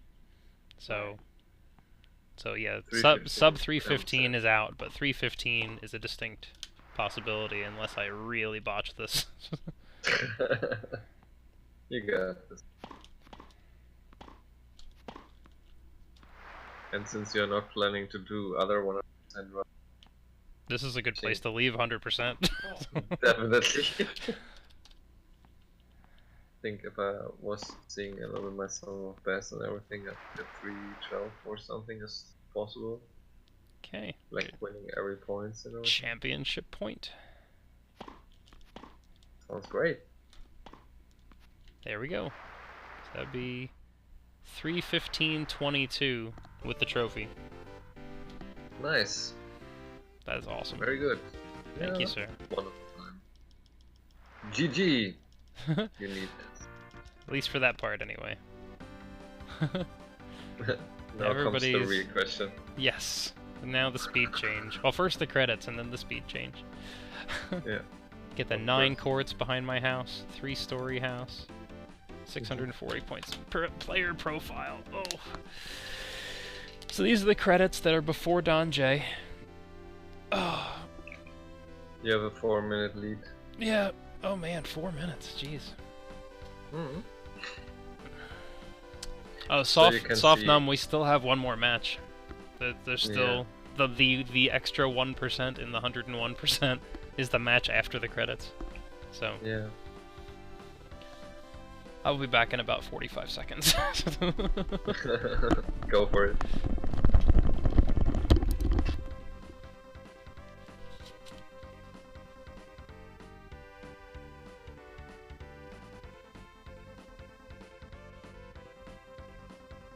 Yeah.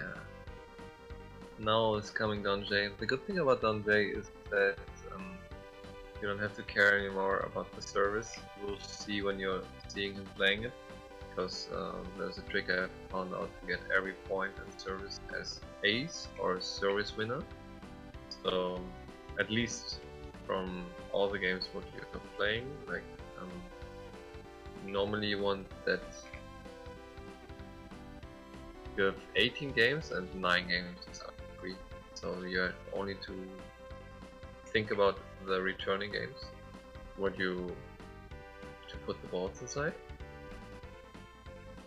So that makes it of course easier to play this game if you only have to think about the returning.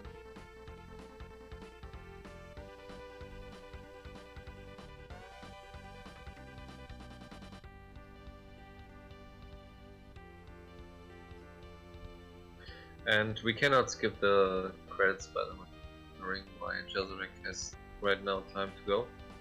The credits are not skippable. You just have to wait until all the text comes, and when the text is away, you finally can press buttons. Then you get this long password, and then you just enter the extra match what Jezel is about to join. So the credits are not skippable. You get the player profiles, and in the end, you get the possibility to continue. That's why Just could go away. Welcome back. I have returned. Thank you, Wrath. Thanks so much. Thank you for the good luck on Donjay. I will likely need it.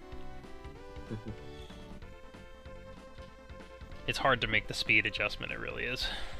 Yeah, it's like really pacing up after that.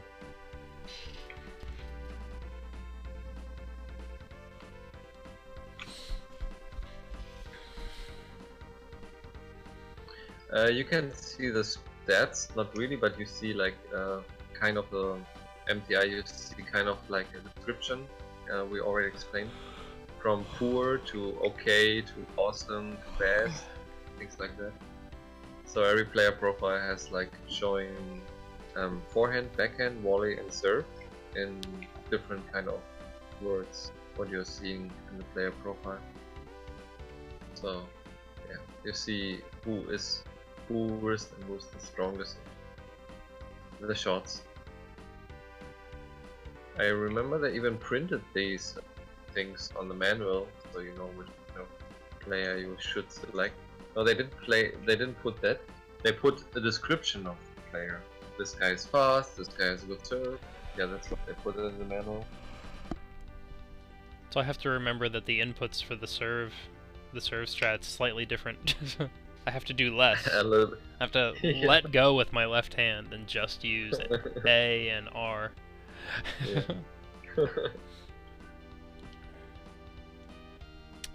Wrath, we're actually just gonna go straight into the run because you effectively you've unlocked Donjay, so you just go straight into it.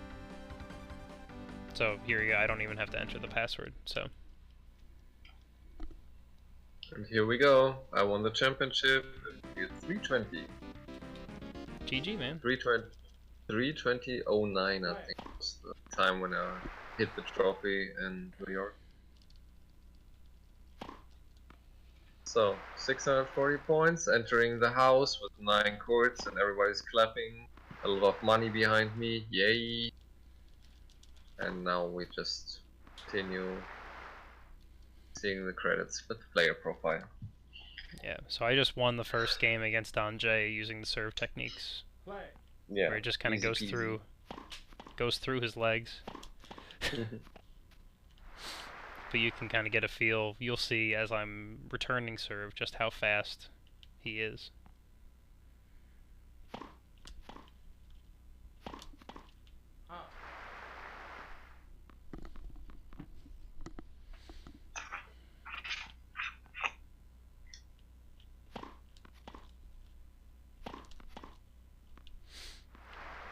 and the positioning to try to win these points, It's forcing hard him for to you the as edge. Brian. Yeah, more harder than for me. Yeah, because I Brian have more just isn't power. as strong. Yeah, you're right. Mhm. Yeah, MTI Mark is very poor in that game. I remember it was a challenge for me. I really wanted to beat the game with the poorest guy, and that was Mark. I'm sorry. Play. Yeah, it goes right into it, Breathville. Okay, my run is validated because I actually broke his serve from the back. Like I What just, is? after playing slow tennis for over 3 hours, I was sure that the first time push came to shove on actually being able to move and execute the lob strats that I was going to do horrible, but I just lost 1 point. Nice. Play. That's good. Perhaps you're beating even your PB. We'll see. You have to retime it after. Yeah.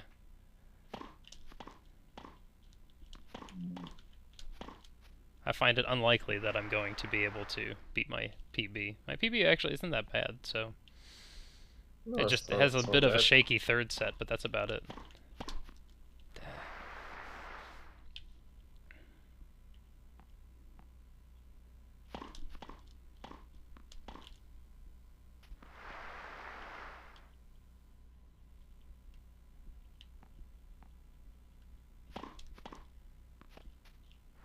I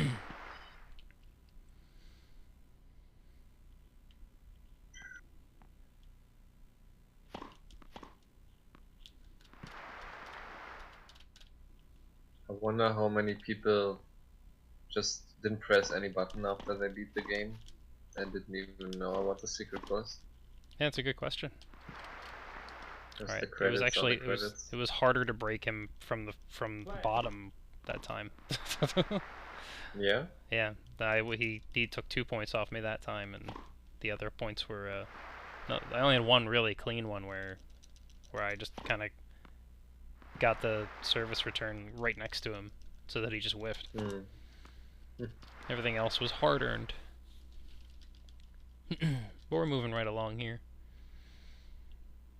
Yeah, should be now the biggest problem for you. You de-rested him. A little bit at least, you said. Yeah.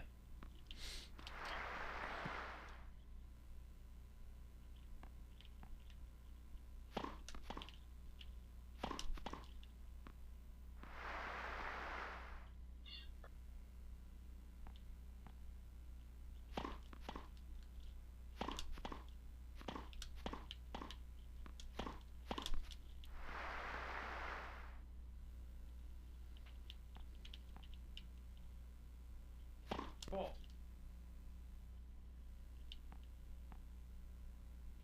Fault.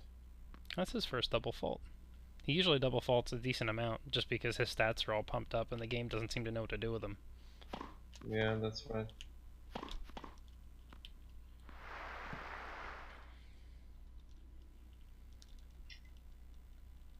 Play. And we're entering Don J. Alright, man. Good luck. Thanks. Let's go.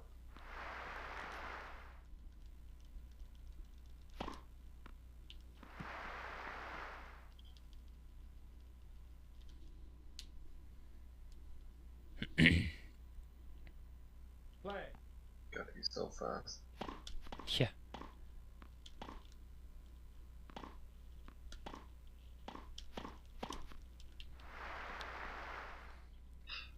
Bleh.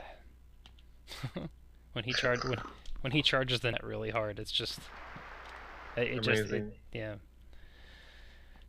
It just buries my topspin return strats. It just absolutely buries them. But it is faster, for me, it's faster than the lob strats if he doesn't attack. Or if he just attacks late. Oh, white serve, uncatchable. Losing a game here for sure. Fault.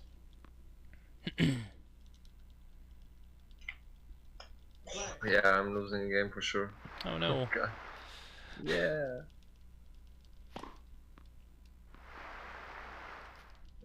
it's not over yet.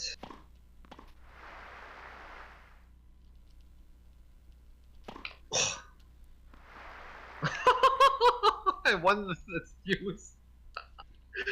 Oh god, please clip that. Play. That was a grabbing point from me. Out.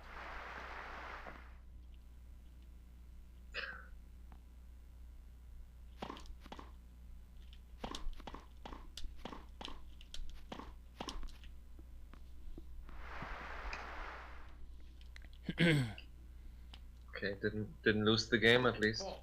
Good. Good fight. Fight that good fight. Yeah, when you would see that point where I got in 40-30 over him. It's kind of weird.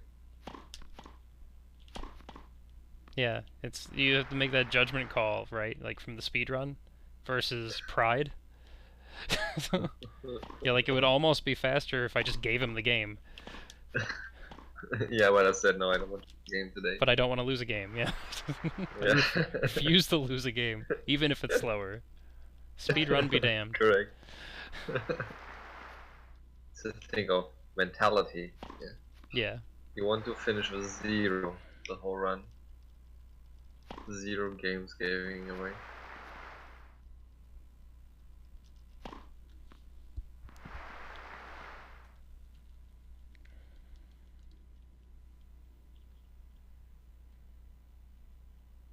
Play. Fault.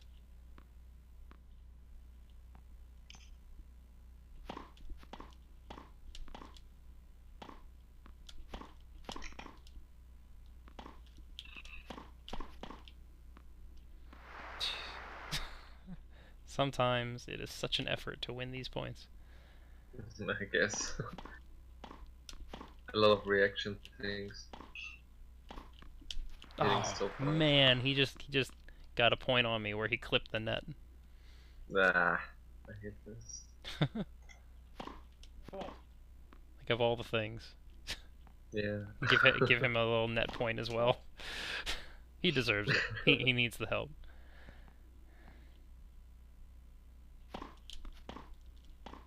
Oh, he played a net roll and went.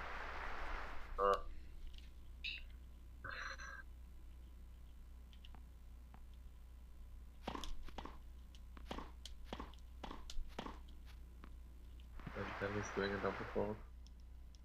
Holy smokes. Very fast, I guess. That's Play. I think that pretty much sums it up. Kind of. Well, what you want to do is when you return with the lob, it's more about you're buying a little bit of time for positioning, but you're also forcing his position as well. The lob is probably the best shot to guide an opponent to a specific place.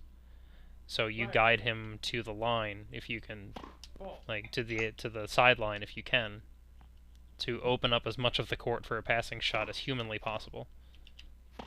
Since he has otherworldly speed. So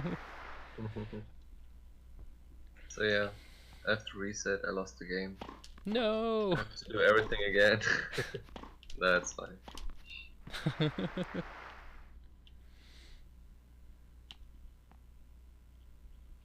Fault.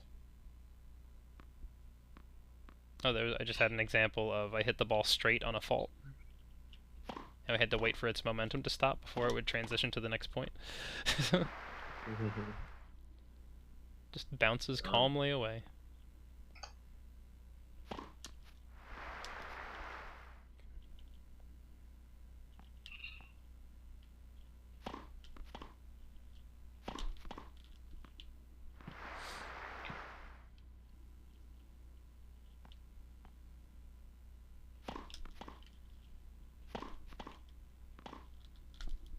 Oh wow, how did I miss that?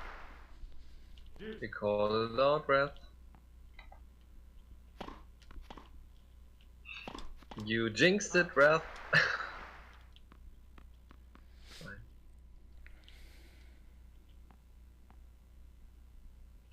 I remember grinding Donjay out, get the time down. Crazy. hoping for good RNGs. And it's not missing so much. I just lost the game. Oh, we're you. we do everything again, right? Yep. 3.5 Sorry, everybody. hours. Reset the timer. We're gonna do it all over again. Yeah. We lost the game both 3.5 hours. Oh boy. We have to do it again. I could not win that. This is my fourth time returning from the back. I got to deuce. I could not win it. I think I was at 30-40 and I lost 3 points in a row. Yeah. Play. 4. Just When I you're doing could not execute. when you're doing 3.5 hours, a different kind of move serve, and then you're doing this movement in the serve. Many times you're like doing the old strat and like, oh, you play a game and serve. Oh, Yeah. oops. Tora makes a good point. I already failed to execute my winning the best of 3 in one set. As promised.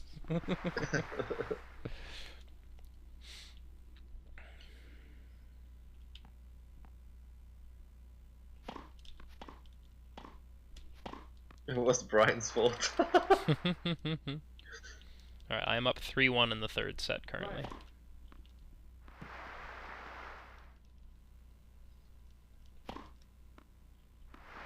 Just to give you a feel for where I'm at here.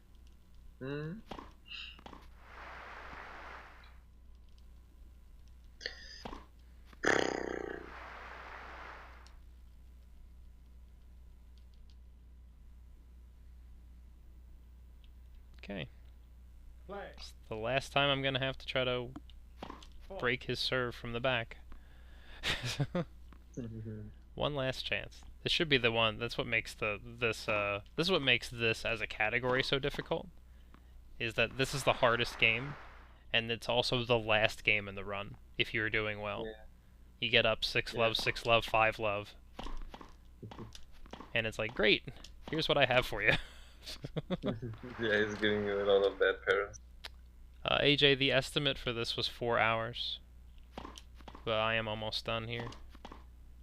We were pretty confident that we were probably going to come in the 330s, 340s, but we wanted to build in a barrier for unreasonableness. See, that was I bad. imagine we would say 340 or whatever. Bad positioning.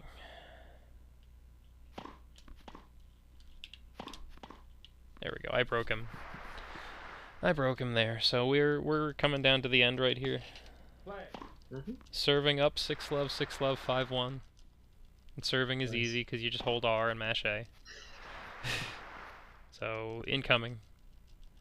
334 something. Here's match point. And time. 3:34:31. GG. Thank you, sir. You got it. I did it. World record holder. You won. I must be getting old. You are a real champion. Yeah. And then there's the cheat code that you can use, the secret command. And that's what I was calling about 200%. Then you have to do everything again. Yeah. The cheat code. Imagine. Alright, I lost 13 points to Donjay. That's not bad. I'm at 14 already and starting the second set. Oh, damn. That's no good. No. Hey. So I got your strat. I played the top spin. Thanks so much, Wrath. So should I do resets and try to find Chip with my spare time? Do it. Let's see if we can find Chip somewhere in the tournament. Or at least, like, draw him. I guess I'd have to draw him right away, wouldn't I? Yeah. Yeah. But you cannot draw him directly in Rio.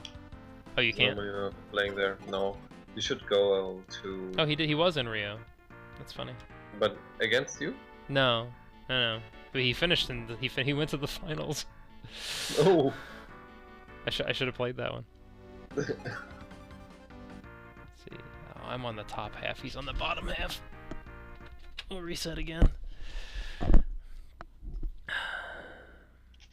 I mean, you can draw a chip, I think, Rio for sure, somehow, Okay. but I don't know.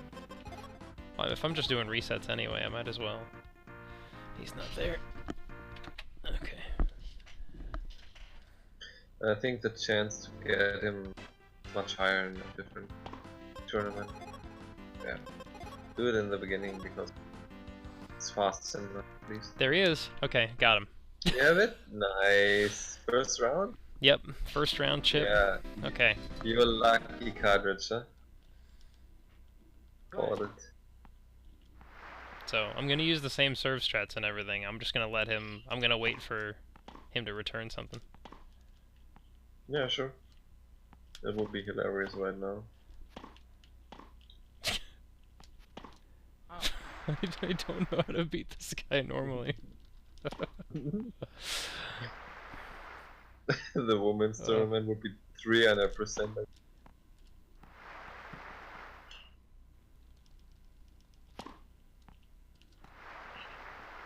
Alright, so I held serve, I gave up 1 point.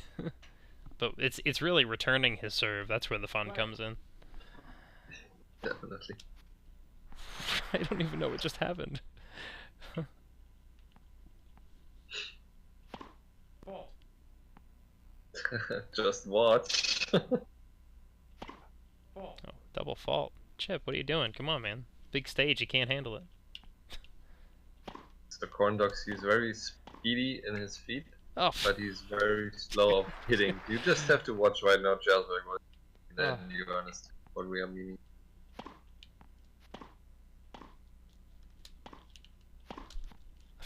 the speed is so off. He smashed it and I swung early. Fault. Like the timing is just so... It's so weird. Hey, a free point. Alright, I've got it. He's serving at 40-30. Fault. But one of those is a double fault.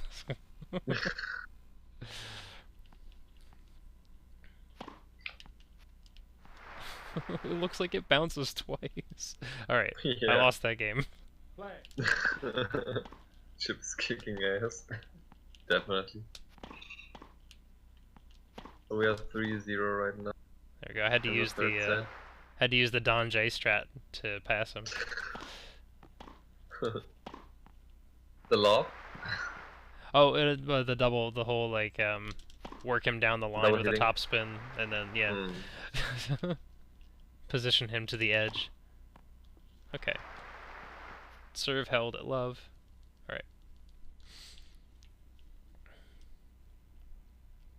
Yeah, I think everybody sees right now we are struggling, Mr. Chip, because he's causing a lot of time. My timing is all off too. I'm also I'm whiffing at serves as well. I think because I just played Don J.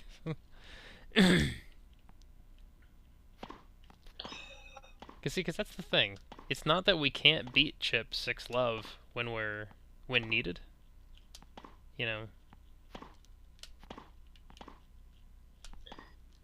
It's just he's just sitting on the baseline. He'll come up to chase down my little volleys, but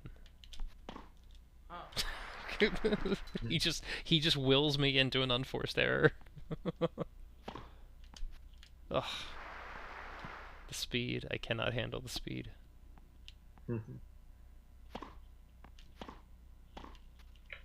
Oh, and he gets a net roll as well because he needs it. Ah, take that. Just lost another game because Don J was playing insane, doing a smash down the line, Ugh. hitting serves out, like all the stuff we don't want to see. Play. And I was 40 love and I tried to come back and made a serve and just brought it into the other side and Okay, I'm at 2-2 in this set against Chip. last game for me. Nice. Yeah, I'm about to finish also my run. Underestimate at least. Don J with a lot of double faults here. Yeah, the fact that I'm now 3-2 against Chip shows me that he would have destroyed my run and my confidence if I had drawn him. Luckily you didn't. Yes, very luckily. Four. Love 40. Match point. Let's see what it gives me.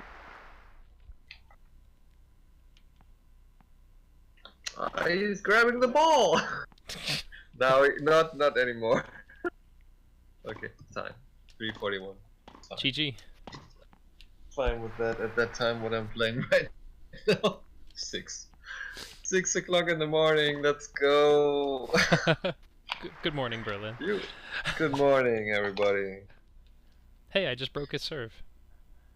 Play. You won, I must be getting old. You are a champion. Then you get the secret code. On select player screen, controller 2. Press 5 times the button, 1 time X, 7 times the button R and X. And then you press select and you go to stats, and I lost 24 points. Ooh. He was on 63% of. I made 13 double faults, just for your mind. 13. Holy! I saw Wrath chiming in chat periodically saying that he was saving all his faults for you. I didn't believe what he meant. Now you know. Now I know. Holy crap, that is a lot of double faults. A lot, of course. So yeah, after that, select button. After the day, there's nothing more, so you cannot go out. Yeah. The only way to stop is resetting the game. Yeah, so when I reset to go looking for Chip, that was the only thing I could do anyway. Yeah. Oh my god, he just returned 3 of my smashes. Back to back to back. Alright, I got a match point on Chip here. Nice. 4.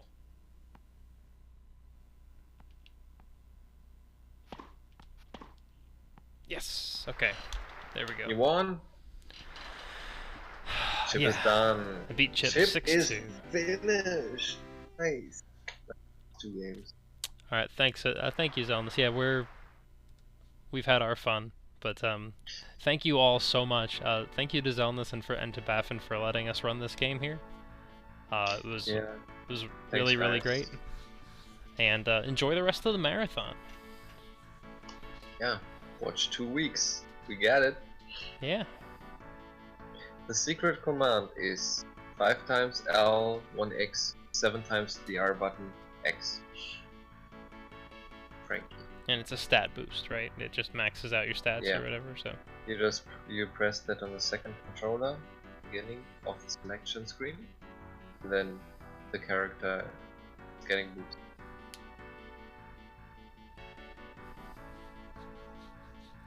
Berlin, it was a pleasure, sir.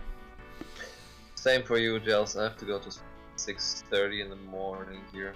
Yeah. Good night, everyone, and enjoy the rest of the runs. Yes, enjoy the rest of the marathon, folks. Good night for me. Good night from